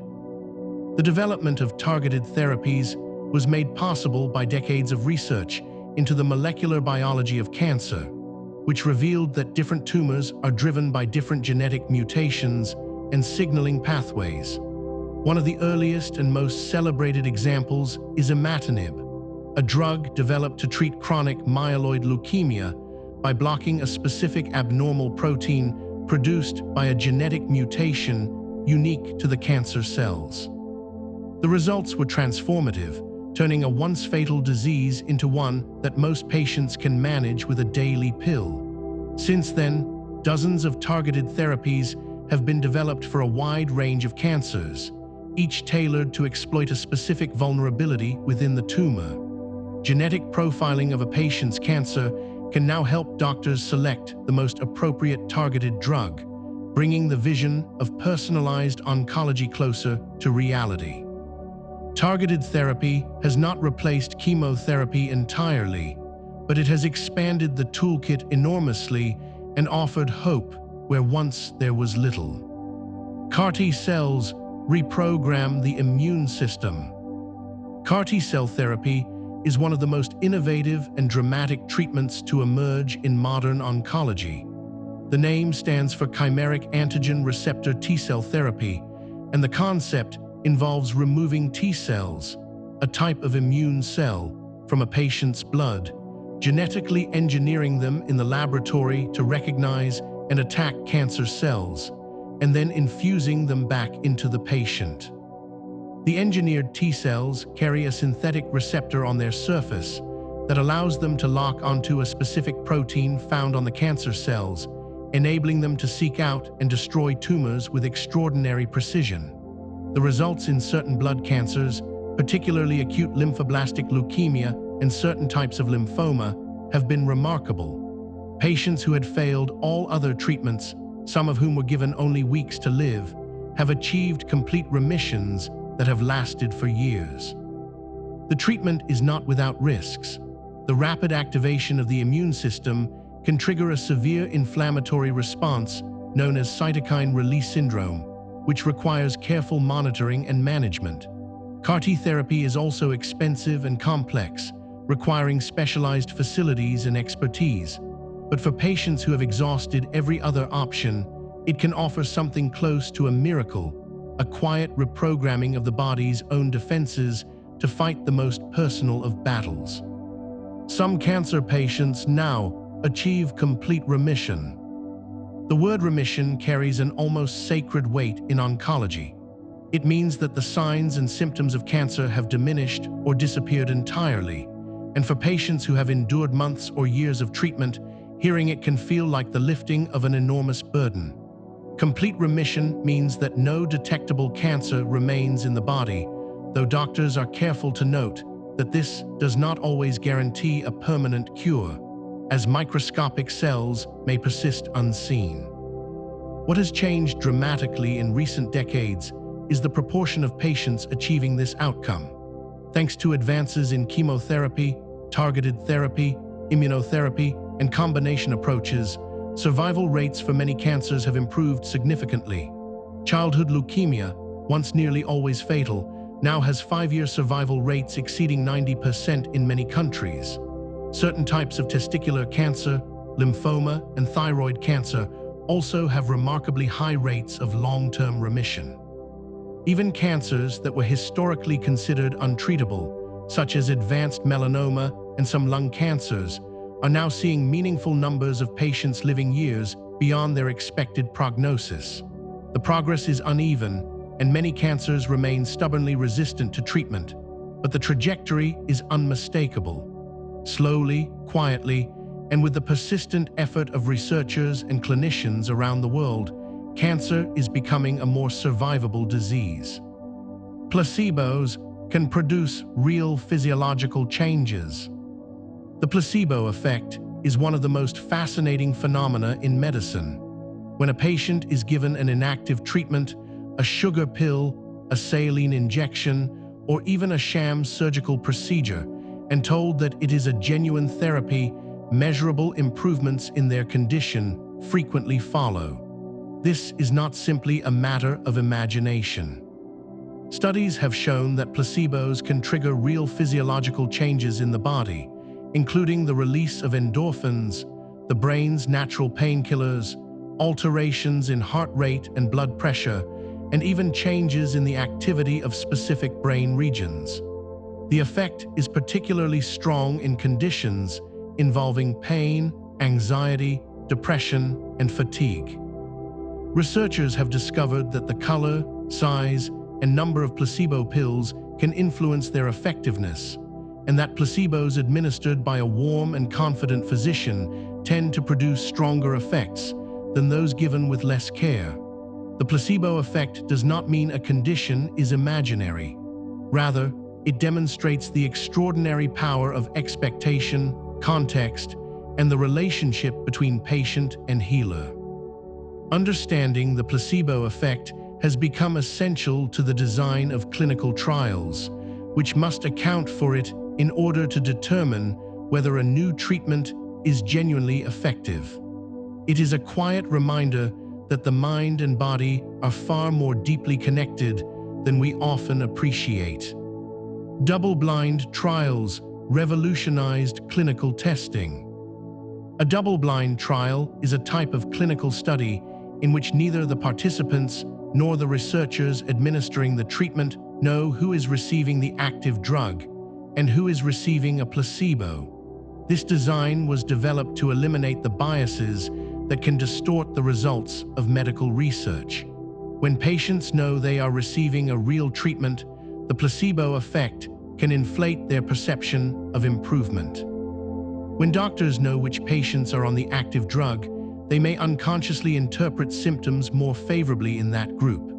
By keeping both sides unaware or blind, the double-blind trial strips away these sources of error, producing results that are far more reliable. The first major double-blind trial is generally considered to have taken place in the late 1940s, when streptomycin was tested as a treatment for tuberculosis. The results confirmed the drug's effectiveness and set a new standard for how medical treatments should be evaluated. Since then, the double-blind trial has become a cornerstone of evidence-based medicine. It provides the level of rigor needed to distinguish treatments that genuinely work from those that merely seem to because of hope, expectation, or chance. It is a quietly powerful tool, ensuring that the medicines we trust have earned that trust through honest evidence. The randomized controlled trial is the gold standard. The randomized controlled trial, often abbreviated as RCT, is widely regarded as the most reliable method for testing whether a medical treatment truly works. In an RCT, participants are randomly assigned to either the treatment group or the control group, ensuring that any differences in outcome can be attributed to the treatment itself rather than to pre-existing differences between the groups. Randomization is the key feature that distinguishes this design from earlier forms of clinical testing, where patients might be sorted by convenience, by the severity of their illness, or even by the preference of the physician. Such methods left room for unconscious biases that could distort the results.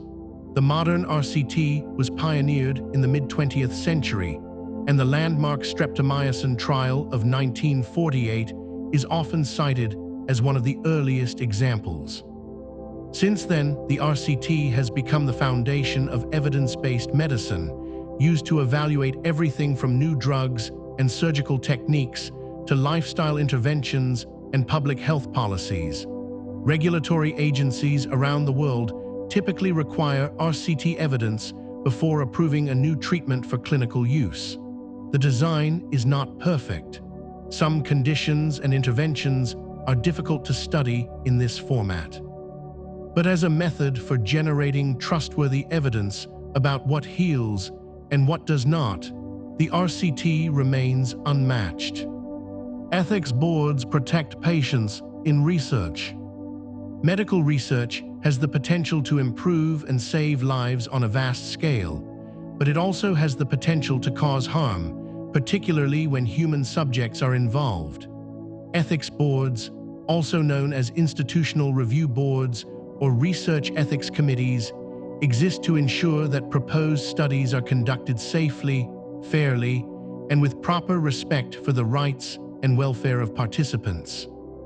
Before any clinical trial can begin, the research protocol must be reviewed and approved by an independent ethics board, which evaluates the scientific design, the potential risks and benefits, the adequacy of informed consent procedures, and the safeguards in place to protect vulnerable populations. This system of independent oversight was developed in response to historical abuses, instances in which researchers pursued scientific knowledge at the expense of their subjects' well-being. The Nuremberg Code, established after the atrocities of wartime medical experiments, and the later Declaration of Helsinki laid the groundwork for the ethical principles that govern research today. Ethics boards do not exist to obstruct science. They exist to ensure that the pursuit of medical knowledge never comes at an unacceptable human cost. Their quiet work behind the scenes is an essential part of the infrastructure that makes modern clinical research both rigorous and humane. The Tuskegee study changed medical ethics forever. The Tuskegee syphilis study is one of the most infamous episodes in the history of medical research. Beginning in 1932, the United States Public Health Service enrolled hundreds of African American men with syphilis in a study that was supposed to observe the natural course of the disease. The men were told they were receiving free treatment, but in reality, they were given no effective therapy, even after penicillin became the standard cure for syphilis in the 1940s. The study continued for 40 years, during which many of the participants suffered needlessly, some died, and some unknowingly passed the infection to their partners and children. When the truth was revealed by a journalist in 1972, public outrage was immediate and profound. The study was shut down, and its legacy led directly to sweeping reforms in the way medical research is conducted. The National Research Act of 1974 and the establishment of institutional review boards were direct consequences of the scandal. The Tuskegee study remains a painful reminder of what can happen when the pursuit of knowledge is allowed to override basic human dignity. It reshaped the relationship between medicine and the communities it serves, embedding the principle of informed consent at the very heart of research ethics. Organ transplants require precise tissue matching. The success of an organ transplant depends heavily on how well the donor organ matches the recipient's immune profile. The immune system is designed to recognize and attack anything it perceives as foreign, and a transplanted organ, no matter how desperately needed, is precisely that. The key to compatibility lies in a set of proteins on the surface of cells known as human leukocyte antigens, or HLA markers. These proteins vary widely from person to person, and the closer the match between donor and recipient, the lower the risk that the immune system will mount a destructive attack against the new organ. Tissue typing, the process of comparing HLA markers between donor and recipient, has been a critical part of transplant medicine since the first successful kidney transplants in the 1950s. When a perfect match is found, typically between identical twins or very closely related family members, the chances of long-term graft survival are excellent. For most transplants, however, some degree of mismatch is unavoidable, and patients must take immunosuppressive drugs for the rest of their lives to prevent rejection. The search for better ways to achieve immune tolerance, allowing the body to accept a transplanted organ without lifelong medication, remains one of the great challenges in transplant medicine. Immunosuppressants prevent organ rejection. After an organ transplant, the recipient's immune system will nearly always attempt to reject the foreign tissue. To prevent this, patients are placed on immunosuppressive medications that dampen the immune response, allowing the transplanted organ to survive and function. The development of effective immunosuppressants was essential to making organ transplantation a practical reality. One of the most important breakthroughs came with the introduction of cyclosporin in the early 1980s. This drug, derived from a soil fungus, specifically targeted the T cells responsible for orchestrating the immune attack on transplanted tissue, and it dramatically improved the survival rates of transplanted kidneys, livers, and hearts. Since then, a range of additional immunosuppressive drugs has been developed, each working through different mechanisms and often used in combination to provide more effective and nuanced control of the immune response. The challenge is one of balance. Suppress the immune system too little, and the organ is rejected. Suppress it too much, and the patient becomes dangerously vulnerable to infections and certain cancers. Finding the right regimen for each patient requires careful monitoring and frequent adjustment. Despite these complexities, immunosuppressive therapy has made it possible for hundreds of thousands of people to live with transplanted organs, a quiet triumph of pharmacology over the body's own defenses. Black market organ trafficking is a global problem.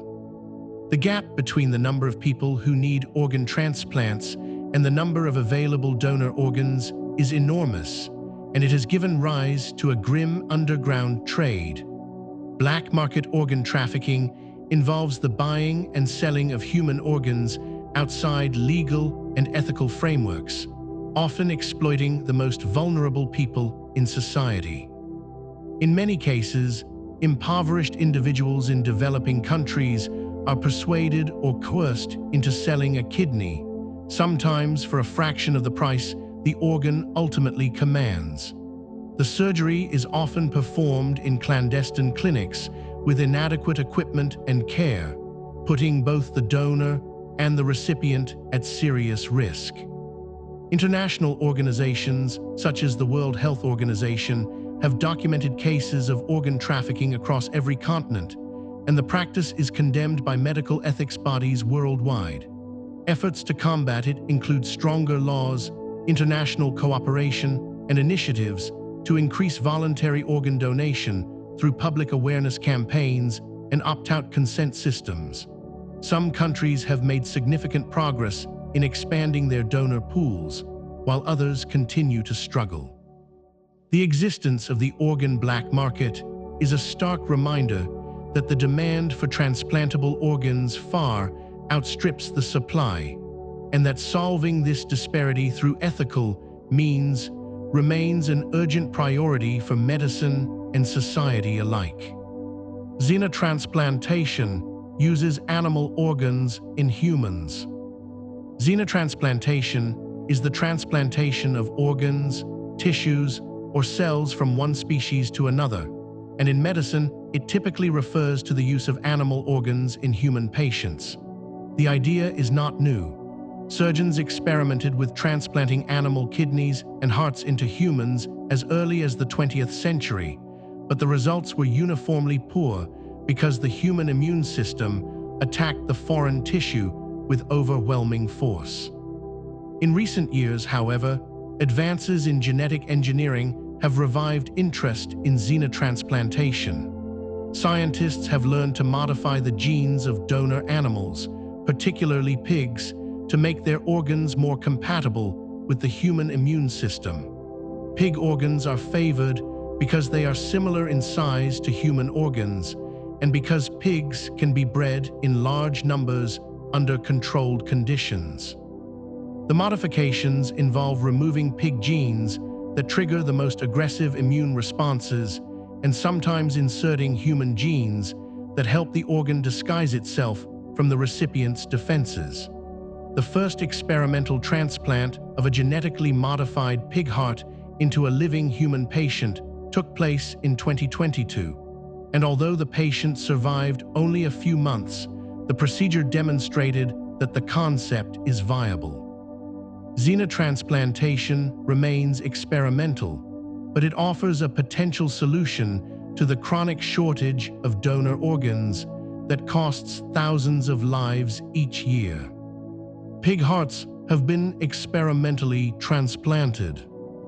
In January of 2022, a surgical team at the University of Maryland Medical Center made history by transplanting a genetically modified pig heart into a 57-year-old man named David Bennett, who had been deemed ineligible for a conventional human heart transplant.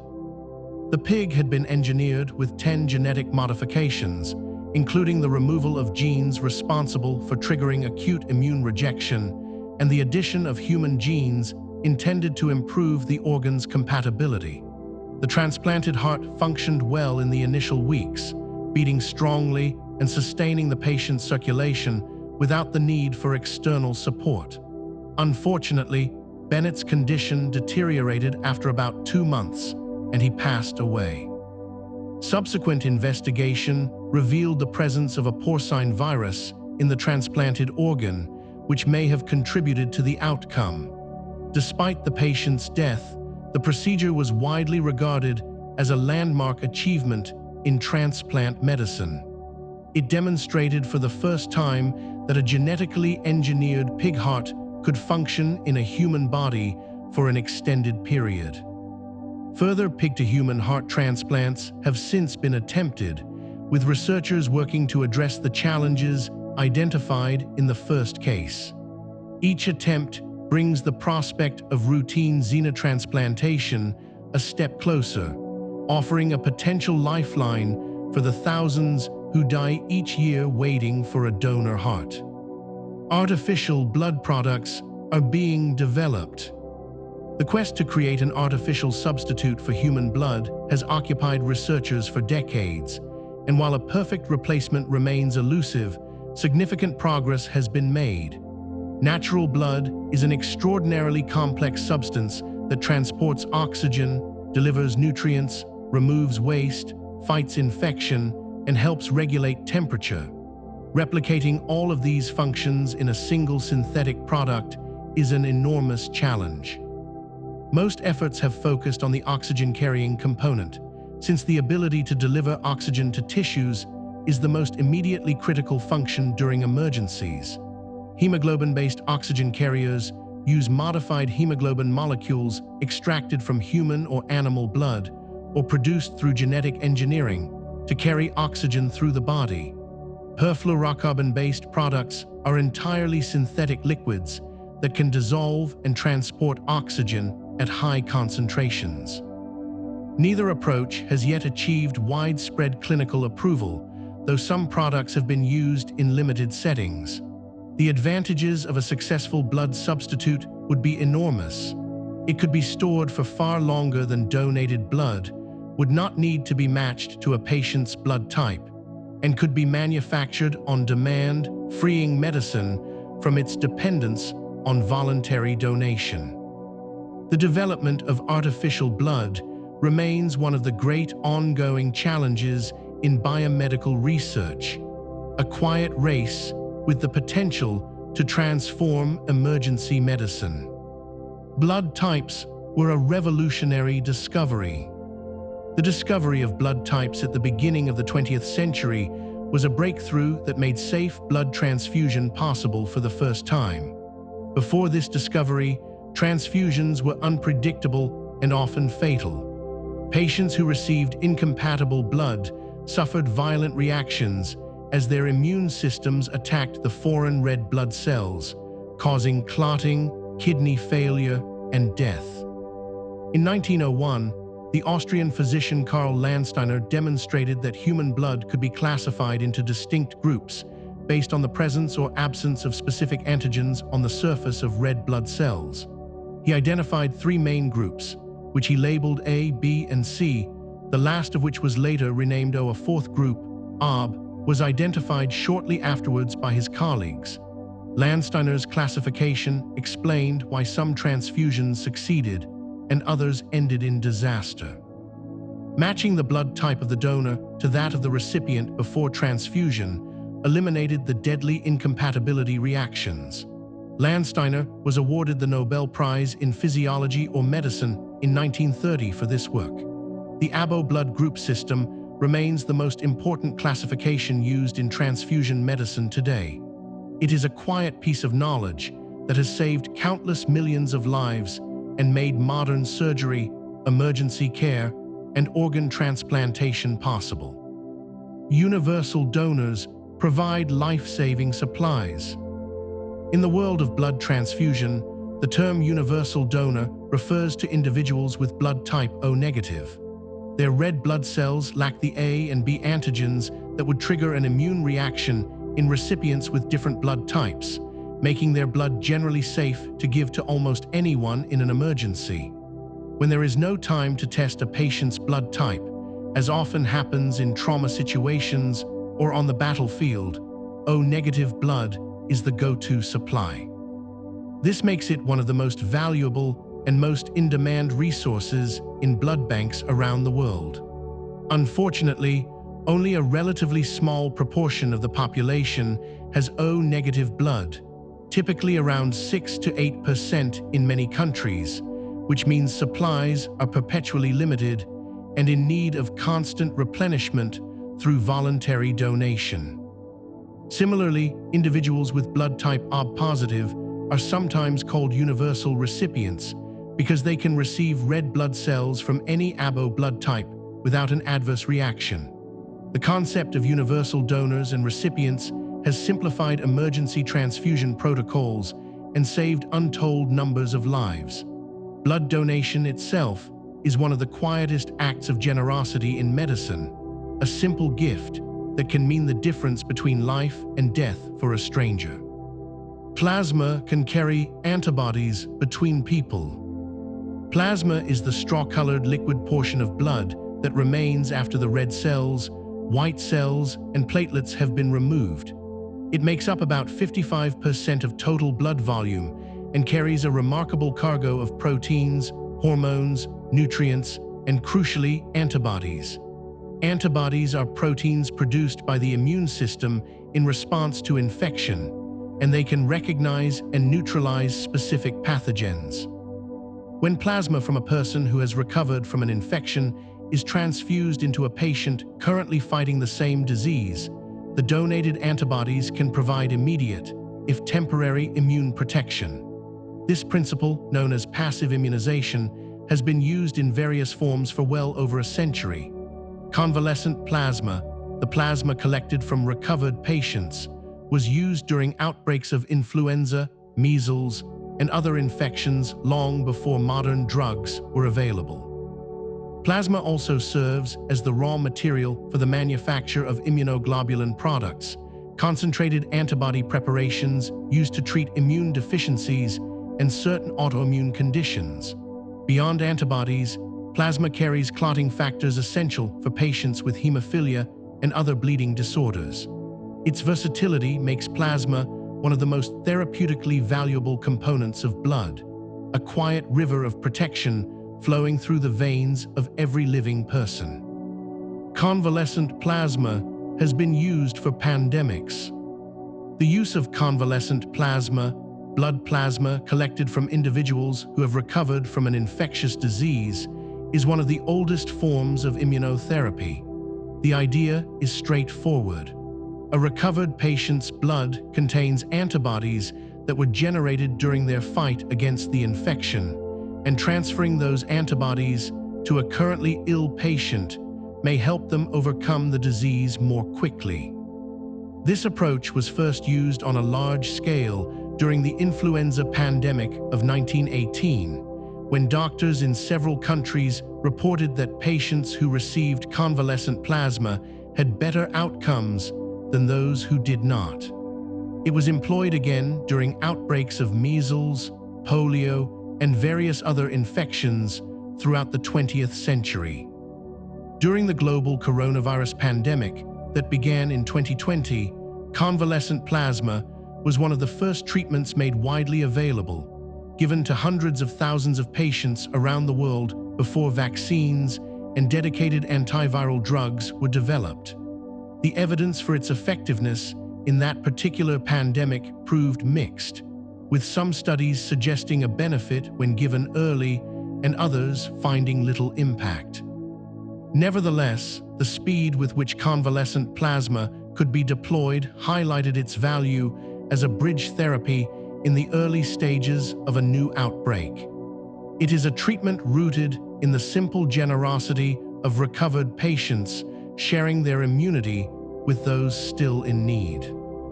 Surgery was once performed without washing hands. It is difficult to imagine today, but for most of the history of surgery, the idea that a doctor should wash their hands before operating was not only uncommon, but actively resisted. Surgeons would move from dissecting cadavers to delivering babies or performing surgery without any form of hand cleaning, and they often wore blood-stained coats as a mark of experience and prestige. The connection between dirty hands and patient infection had simply not been made. Hospital wards in the 18th and 19th centuries were plagued by puerperal fever, wound infections, and gangrene. Yet these were attributed to bad air, poor constitution, or the patient's own weakness, rather than to contamination by the physician's hands or instruments.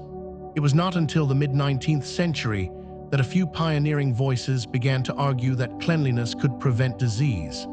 Their ideas were met with indifference, hostility, and even ridicule from the medical establishment. The journey from unwashed hands to the sterile gowns and gloves of a modern operating theater is one of the most dramatic transformations in the history of medicine. It required not just scientific evidence, but a fundamental change in the culture of the profession, a recognition that the physician's first duty is to do no harm. Semmelweis advocated hand-washing before germ theory. Ignaz Semmelweis was a Hungarian physician working in a Vienna maternity hospital in the 1840s when he noticed a deeply troubling pattern. The ward staffed by doctors and medical students had a mortality rate from puerperal fever several times higher than the ward staffed by midwives. Semmelweis observed that the doctors often came directly from the autopsy room to the delivery ward without washing their hands, while the midwives had no contact with cadavers. He hypothesized that some invisible substance, which he called cadaverous particles, was being transferred from the dead to the living on the hands of the physicians. In 1847, he introduced a policy requiring all doctors and students to wash their hands in a chlorinated lime solution before attending patients. The results were immediate and dramatic. The mortality rate on the doctor's ward plummeted to levels comparable to the midwife's ward. Despite this compelling evidence, Semmelweis was ridiculed and rejected by much of the medical establishment, which refused to accept that their own hands could be the source of deadly infection. He suffered greatly and died in obscurity. It was only years later, with the acceptance of germ theory, that his contribution was fully recognized. Today he is remembered as a tragic hero of preventive medicine. Louis Pasteur proved germs caused disease. Louis Pasteur, a French chemist and microbiologist, is one of the most influential figures in the history of medicine. His work in the 19th century established the germ theory of disease, the revolutionary idea that many illnesses are caused by microscopic organisms that invade the body. Before Pasteur, the prevailing belief was that disease arose from imbalances in the body or from miasma, foul-smelling air given off by rotting organic matter. Through a series of elegant experiments, Pasteur demonstrated that microorganisms were responsible for fermentation, spoilage, and infection. He showed that boiling liquids could kill these invisible organisms, a process that became known as pasteurization and that remains essential in food safety today. Pasteur also developed vaccines against anthrax and rabies, proving that weakened forms of a pathogen could stimulate immunity. His rabies vaccine, first used on a young boy bitten by a rabid dog in 1885, was hailed as a triumph and cemented his reputation as one of the greatest scientists of his age. Pasteur's legacy extends far beyond any single discovery. By establishing once and for all that germs cause disease, he provided the intellectual foundation upon which modern infection control, antiseptic surgery, and the entire discipline of microbiology were built. Joseph Lister pioneered antiseptic surgery. Joseph Lister, a British surgeon working in Glasgow in the 1860s, transformed the safety of surgical operations by introducing antiseptic techniques. Inspired by the work of Louis Pasteur, who had demonstrated that microorganisms caused infection, Lister reasoned that applying a chemical agent capable of killing these organisms could prevent the devastating wound infections that plagued surgical wards. He chose carbolic acid, also known as phenol, and began applying it to surgical instruments, wound dressings, and even spraying it into the air of the operating theater. The results were remarkable. Post-operative infection rates, which had been appallingly high, fell dramatically under Lister's methods. Despite initial resistance from surgeons who found the carbolic spray unpleasant and doubted the existence of invisible germs, the evidence was overwhelming, and antiseptic surgery gradually became the standard of care. Lister continued to refine his methods throughout his career, and his principles laid the groundwork for the aseptic techniques used in modern surgery, where the aim is not merely to kill germs on contact, but to prevent them from entering the surgical field in the first place. Lister is often called the father of modern surgery, and the impact of his quiet insistence on cleanliness continues to be felt in every operating theater in the world. Florence Nightingale revolutionized nursing. Florence Nightingale is perhaps the most famous nurse in history, and her influence on healthcare extends far beyond the bedside. Born into a wealthy English family in 1820, she defied the expectations of her social class to pursue a career in nursing, a profession that was then poorly regarded and largely untrained. Her defining moment came during the Crimean War, when she was sent to a military hospital at Scutari in modern-day Turkey. Conditions there were appalling. Soldiers lay in overcrowded, filthy wards, and more men were dying from infection and disease than from their battle wounds. Nightingale introduced rigorous standards of hygiene, improved sanitation, ensured proper nutrition, and organized the care of the wounded with systematic efficiency. The mortality rate dropped dramatically. After the war, she used her fame and her formidable analytical skills to campaign for reform. She was a pioneering statistician who used data visualization to demonstrate the impact of sanitary conditions on health outcomes. She founded the first professional nursing school at St. Thomas Hospital in London, establishing nursing as a respected and trained profession. Her insistence that clean environments, proper nutrition, and compassionate care could save lives transformed hospitals and public health systems around the world. Her legacy endures in every nurse who follows in her footsteps.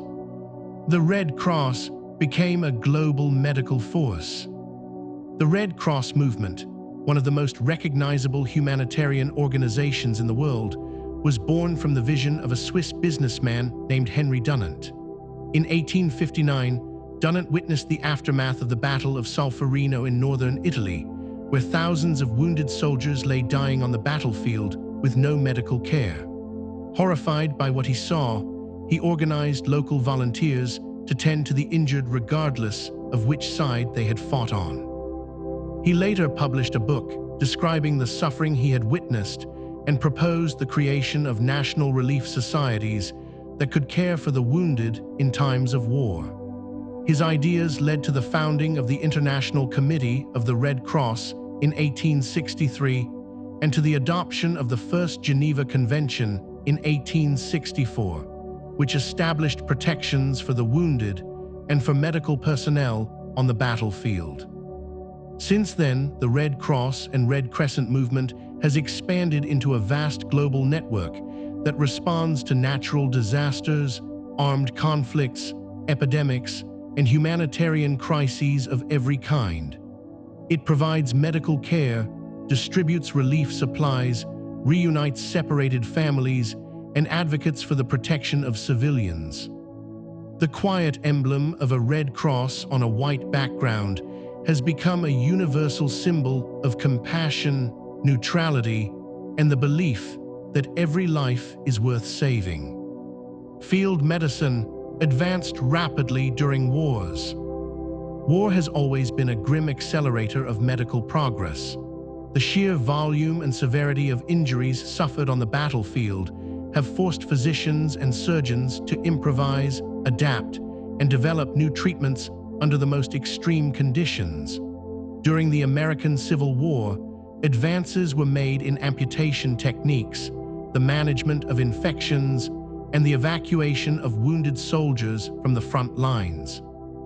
The First World War saw the development of blood transfusion methods, mobile surgical units, and early plastic surgery techniques to repair the devastating facial injuries caused by modern weaponry. The Second World War brought further advances, including the mass production of penicillin, improved anesthesia, and the establishment of organized blood banking systems. The conflicts in Korea and Vietnam led to innovations in helicopter evacuation, vascular surgery, and the treatment of shock. Each war left behind a legacy of knowledge and technique that was subsequently applied to civilian medicine, transforming the care of accident victims, surgical patients, and the critically ill. The relationship between war and medical progress is deeply uncomfortable. No one would wish for conflict as a catalyst for healing.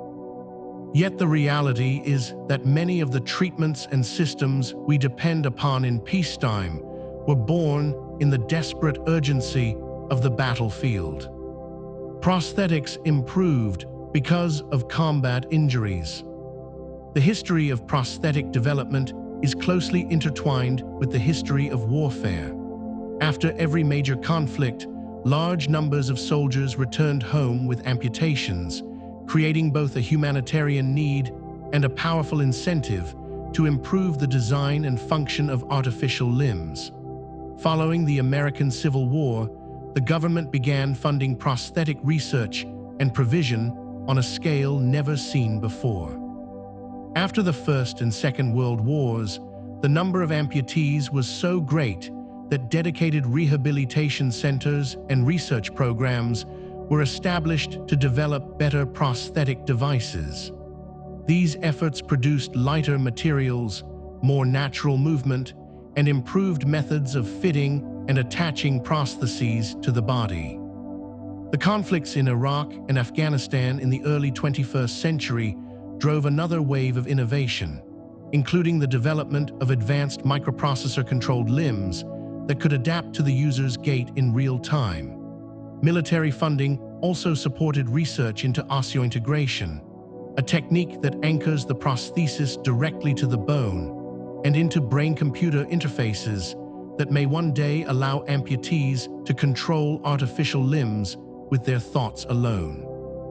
The advances born from these tragic circumstances have benefited not only veterans, but civilian amputees around the world, including those who have lost limbs to disease, accidents, or natural disasters.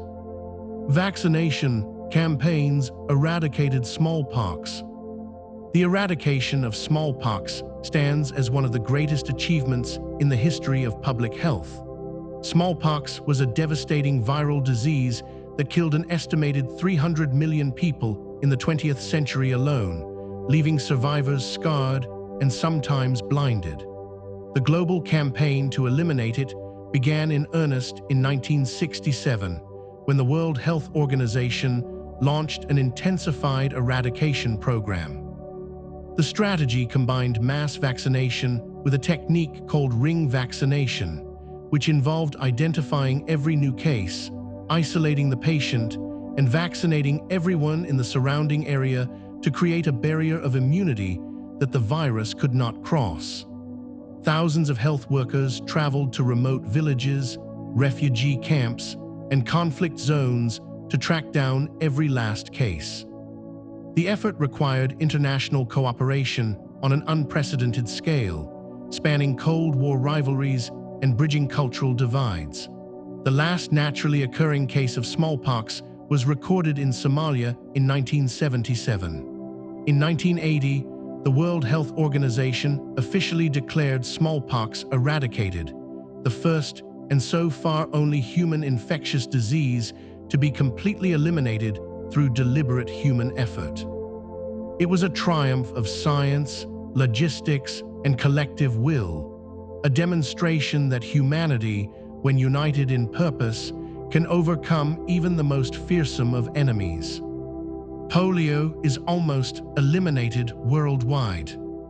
Polio, or poliomyelitis, is a viral disease that attacks the nervous system and can cause irreversible paralysis within hours. At its peak in the mid-20th century, polio epidemics paralyzed hundreds of thousands of children each year and struck terror into communities around the world. The development of effective vaccines, first the injected vaccine created by Jonas Salk in 1955, and then the oral vaccine developed by Albert Sabin, transformed the fight against the disease. Massive immunization campaigns, led by the World Health Organization, UNICEF, Rotary International, and national governments, have since reduced the number of polio cases by more than 99%. Wild poliovirus has been eliminated from all but a handful of countries, and 2 of the 3 strains of the virus have been certified as eradicated. The remaining challenges are formidable. Conflict, political instability, and distrust of vaccination programs have made it difficult to reach every child in the last endemic regions. But the progress made so far is extraordinary. A disease that once paralyzed tens of thousands of children each year is now on the verge of complete elimination. The final push to eradicate polio will require sustained commitment and resources, but the goal is within reach, a quiet testament to the power of vaccination. Malaria still kills hundreds of thousands each year.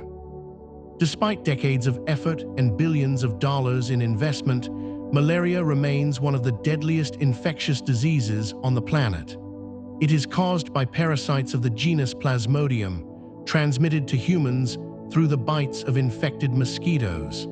The disease is concentrated in tropical and subtropical regions, particularly in sub-Saharan Africa, where it disproportionately affects young children and pregnant women.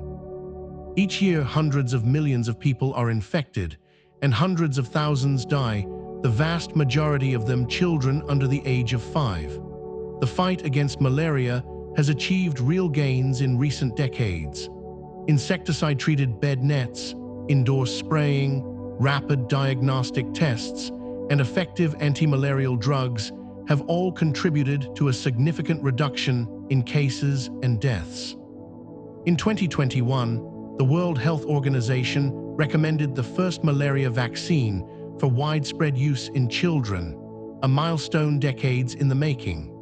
Yet the parasite's ability to develop resistance to drugs and the mosquito's ability to develop resistance to insecticides means that the battle is far from over.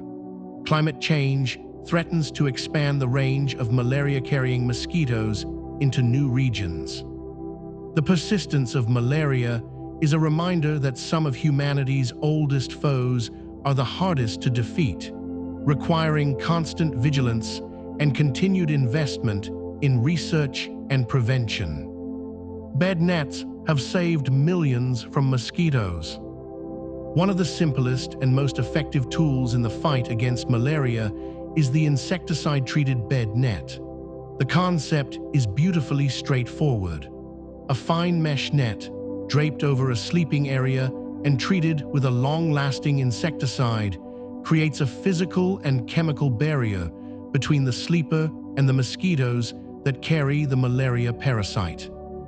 Because the mosquito species most responsible for transmitting malaria tends to bite between dusk and dawn, a net used consistently during sleeping hours provides substantial protection. Studies have shown that widespread distribution of insecticide-treated bed nets can reduce malaria cases by as much as 50% in areas of high transmission. Since the early 2000s, global health organizations have distributed hundreds of millions of nets across sub-Saharan Africa and other malaria-endemic regions, and the intervention is credited with preventing hundreds of millions of infections and saving millions of lives.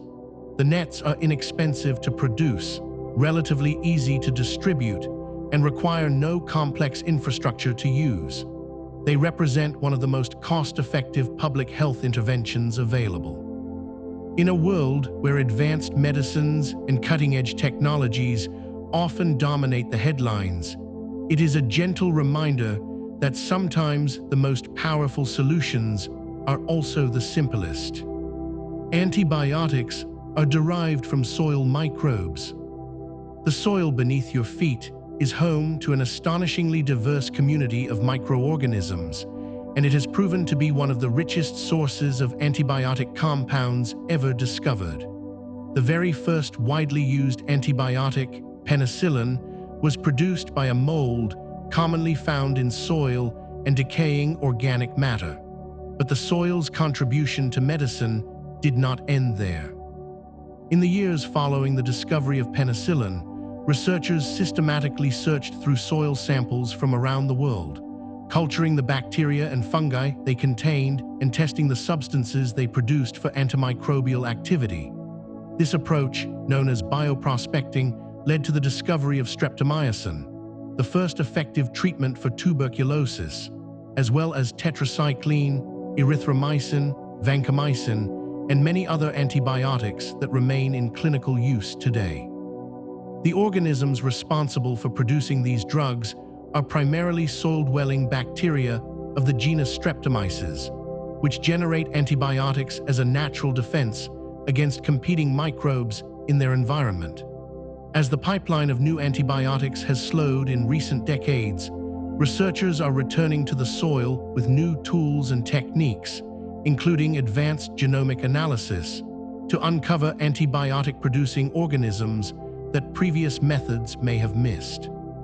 The quiet, dark world beneath our feet may yet hold the keys to combating the growing threat of antibiotic resistance. Some medicines come from deep-sea organisms. The deep ocean is one of the last great frontiers of biological exploration, and it is proving to be a surprising source of new medicinal compounds. Organisms living in the extreme conditions of the deep sea, where pressure is immense, temperatures can range from near freezing to superheated, and sunlight is entirely absent, have evolved unique biochemical strategies for survival. Some of these strategies produce molecules with potent biological activities that researchers are now investigating for medical use. Sponges, corals, tunicates, and deep-sea bacteria have all yielded compounds with anti-cancer, antimicrobial, anti-inflammatory, and antiviral properties. One notable example is triptidin, a drug derived from a marine tunicate, which is now used to treat certain soft tissue cancers. Another is ziconotide, a painkiller derived from the venom of a cone snail, which is used to manage severe chronic pain that does not respond to other treatments. The challenge of collecting specimens from the deep ocean and isolating their active compounds is considerable, but advances in deep-sea exploration technology, aquaculture, and synthetic chemistry are making it increasingly feasible. The ocean covers more than 70% of the Earth's surface, and the vast majority of its biodiversity remains unexplored. The medicines hidden in its depths may be among the most valuable treasures it has to offer. Plants provide thousands of medicinal compounds. Plants have been the foundation of medicine for as long as humanity has existed. Long before the first laboratory was built, healers in every culture relied on the leaves, roots, bark, and flowers of the plants around them to treat illness and ease suffering. Modern science has confirmed that many of these traditional remedies contain genuinely active compounds. It is estimated that a significant proportion of the drugs in use today are derived from or inspired by molecules originally found in plants. The foxglove plant gave us digitalis for heart failure. The cinchona tree provided quinine for malaria. The rosy periwinkle of Madagascar yielded vincristine and vinblastine, two powerful chemotherapy drugs used against leukemia and lymphoma. The Pacific yew tree was the source of Taxol, one of the most widely used anti-cancer agents in the world. Ethnobotanists, scientists who study the traditional uses of plants by indigenous peoples, continue to search the world's forests and fields for new medicinal candidates. As habitats are lost to deforestation and climate change, there is a real concern that valuable plant species may disappear before their medicinal potential is ever discovered. The relationship between plants and human medicine is ancient, profound, and far from fully explored. Every forest may harbor a remedy we have not yet found. Aspirin originated from willow bark. Aspirin is one of the most widely used medications in the world, and its origins stretch back thousands of years to the bark of the willow tree.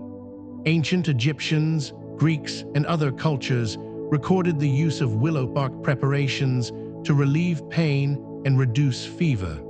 The active principle behind this effect is a compound called salicin, which the body converts into salicylic acid.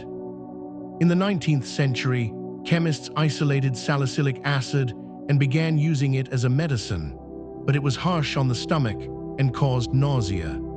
In 1897, a chemist working for the Bayer Company in Germany, Felix Hoffmann, synthesized a modified form called acetylsalicylic acid, which retained the pain-relieving and fever-reducing properties while being gentler on the digestive system. Bayer marketed the drug under the name aspirin, and it quickly became one of the best-selling medicines in history. In the decades since, aspirin has been found to have additional benefits, including the ability to thin the blood and reduce the risk of heart attacks and strokes when taken in low doses. Its anti-inflammatory properties make it useful in treating a wide range of conditions. From a humble tree bark remedy to a modern pharmaceutical staple, aspirin's journey is a quiet illustration of how ancient wisdom can evolve into lasting science. Digitalis was discovered from the foxglove plant. The foxglove, a tall and elegant flowering plant found across much of Europe, conceals within its leaves one of the most important cardiac drugs in medical history. Digitalis, the medicine derived from the foxglove, has been used for centuries to treat conditions of the heart. The formal introduction of digitalis into Western medicine is credited to the English physician William Withering, who published a detailed account of its use in 1785 after observing its effects on patients with dropsy, a condition now understood to involve heart failure and fluid retention. Withering noted that carefully controlled doses of foxglove extract could strengthen the heartbeat and help the body expel excess fluid, providing relief to patients who had been suffering terribly. The active compounds in digitalis, including digoxin, work by increasing the force of the heart's contractions and slowing the heart rate, making the organ pump more efficiently. Digoxin remains in clinical use today, prescribed for heart failure and certain types of irregular heart rhythm. However, the margin between a therapeutic dose and a toxic one is narrow, and careful monitoring is essential. The story of digitalis is a vivid reminder that some of the most powerful medicines in the world begin with a simple observation. In this case, a country doctor noticing the quiet effect of a common garden flower. Morphine is derived from the poppy. Morphine is one of the most powerful pain-killing substances known to medicine, and it has been used to relieve severe suffering for more than 2 centuries. It is derived from the opium poppy, the same plant that has yielded both healing and harm throughout human history. The compound was first isolated in its pure form in the early 19th century by the German pharmacist Friedrich Serturner, who named it after Morpheus, the Greek god of dreams, a fitting tribute given its ability to ease pain and induce a deep, quiet calm. Morphine works by binding to specific receptors in the brain and spinal cord, blocking the transmission of pain signals and producing a sense of euphoria and relaxation. It remains the standard against which all other painkillers are measured, and it is widely used in hospitals and palliative care settings for patients experiencing severe acute or chronic pain. The drug's potency, however, comes with significant risks. Morphine is highly addictive, and repeated use can lead to physical dependence and tolerance, requiring ever larger doses to achieve the same effect. The responsible use of morphine and its relatives requires careful medical supervision. Despite its dangers, morphine remains an indispensable tool in the management of pain, offering peace to those in the greatest need of it. The most expensive medicine costs millions per dose. In recent years, the pharmaceutical industry has produced treatments of extraordinary potency and extraordinary cost. Some of the most expensive medicines in the world are gene therapies designed to treat rare genetic conditions with a single administration. These therapies work by delivering a corrected copy of a defective gene directly into the patient's cells, potentially providing a permanent cure for conditions that would otherwise require a lifetime of treatment. The prices reflect the enormous cost of research, development, and manufacturing, as well as the very small number of patients who will ever need the treatment. One gene therapy approved for spinal muscular atrophy, a devastating childhood disease, carries a list price of more than $2 million for a single dose. Another, treating a rare inherited condition that leads to progressive blindness, costs several $100,000 per eye. These figures have sparked intense debate about the ethics of drug pricing, the sustainability of healthcare systems, and the question of who should bear the cost of cutting-edge therapies. Advocates argue that the long-term savings of a one-time cure outweigh the initial expense, while critics point to the financial burden placed on patients and insurers. The conversation around the cost of medicine is one of the most important and most uncomfortable in healthcare today. Vaccines against HPV prevent certain cancers. Human papillomavirus, commonly known as HPV, is one of the most widespread sexually transmitted infections in the world.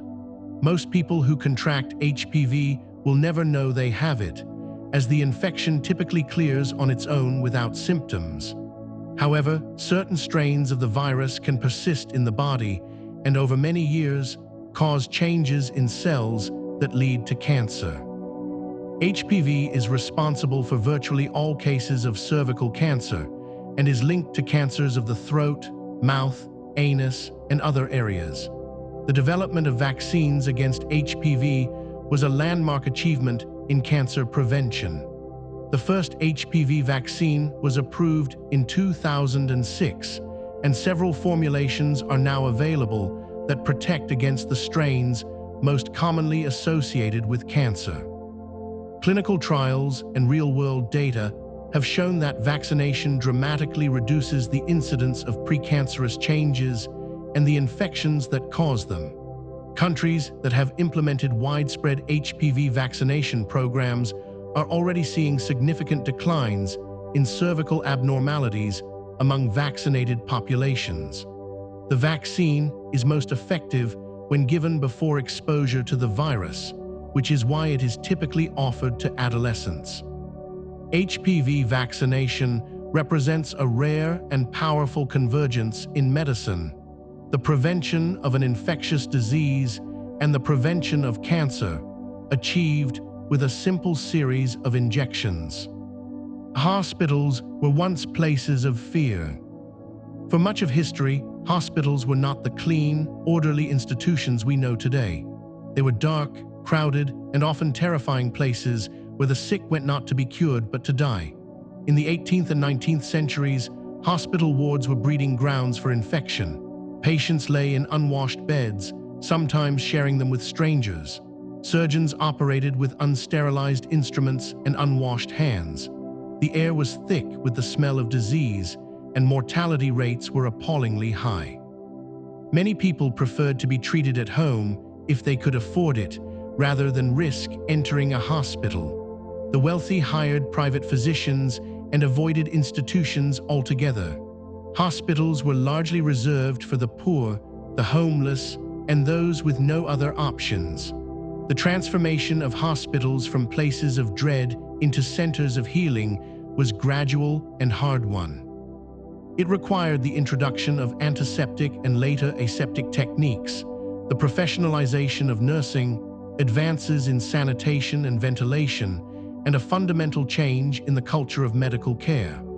Florence Nightingale, Joseph Lister, and many others contributed to this revolution.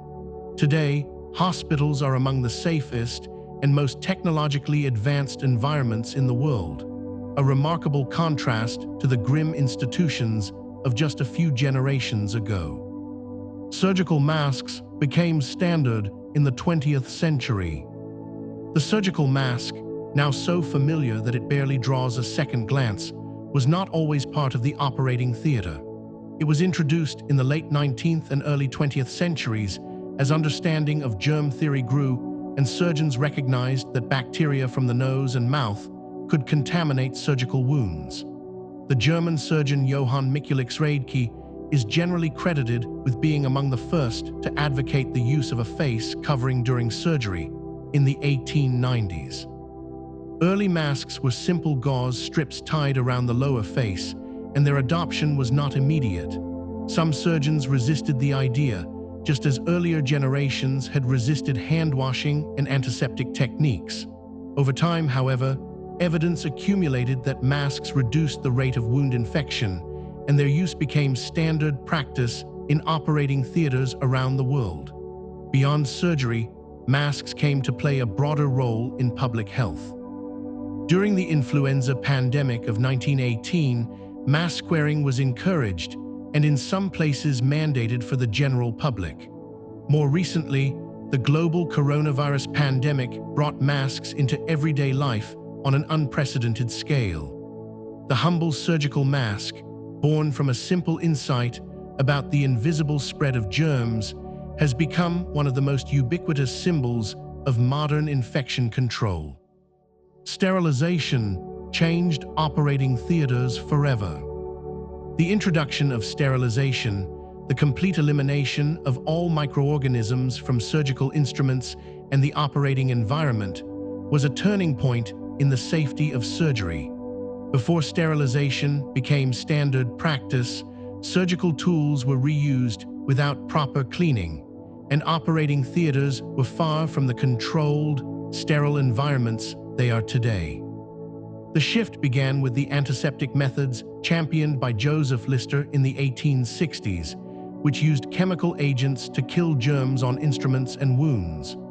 Over time, the approach evolved from antisepsis, killing germs on contact, to asepsis, preventing germs from entering the surgical field in the first place.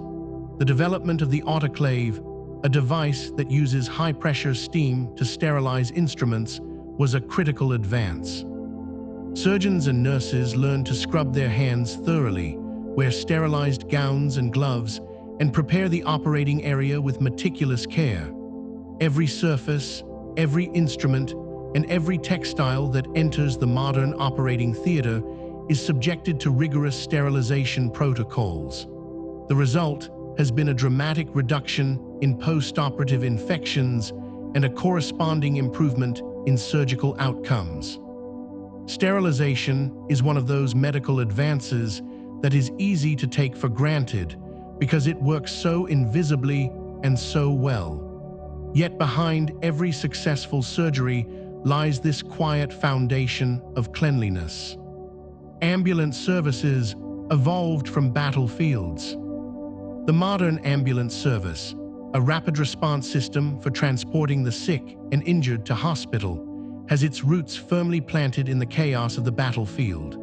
One of the earliest organized systems for evacuating wounded soldiers was created by Dominique Jean Larrey, Napoleon's chief surgeon, who developed horse-drawn ambulances volants, or flying ambulances, to collect the injured during battle and bring them to field hospitals for treatment.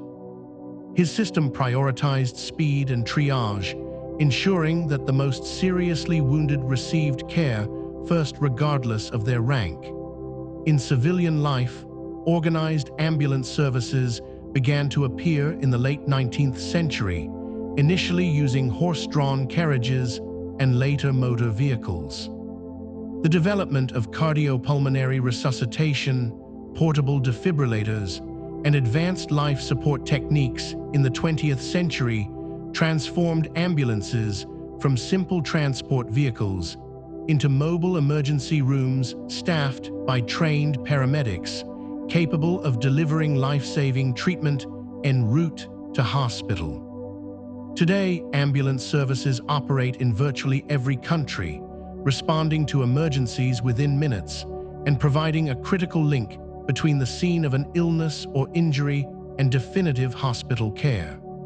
The evolution from Larry's horse-drawn carts on the battlefields of Europe to the advanced vehicles and highly trained crews of today is a testament to the enduring principle that speed saves lives. The future of medicine may be entirely personalized. As we look ahead, the trajectory of medicine points toward a future in which every aspect of care is tailored to the individual. Advances in genomics, artificial intelligence, wearable technology, and data science are converging to make this vision increasingly achievable. Imagine a world in which your doctor can predict your risk of disease years before symptoms appear, simply by analyzing your genetic profile and lifestyle data. A world in which treatments are selected not by trial and error, but by algorithms that match your unique biology to the therapy most likely to succeed. A world in which sensors embedded in your clothing or worn on your wrist continuously monitor your vital signs and alert your physician to the earliest signs of trouble. Some of this future is already here. Genetic testing is guiding cancer treatment, wearable devices are detecting irregular heart rhythms, and artificial intelligence is reading medical images with accuracy that rivals or exceeds human experts. Yet much remains to be done. Questions of privacy, equity, and access must be addressed to ensure that the benefits of personalized medicine are available to everyone, not just those who can afford the latest technology. the story of medicine is far from finished. It is a story that each generation continues to write, quietly and patiently, for the benefit of those who will follow.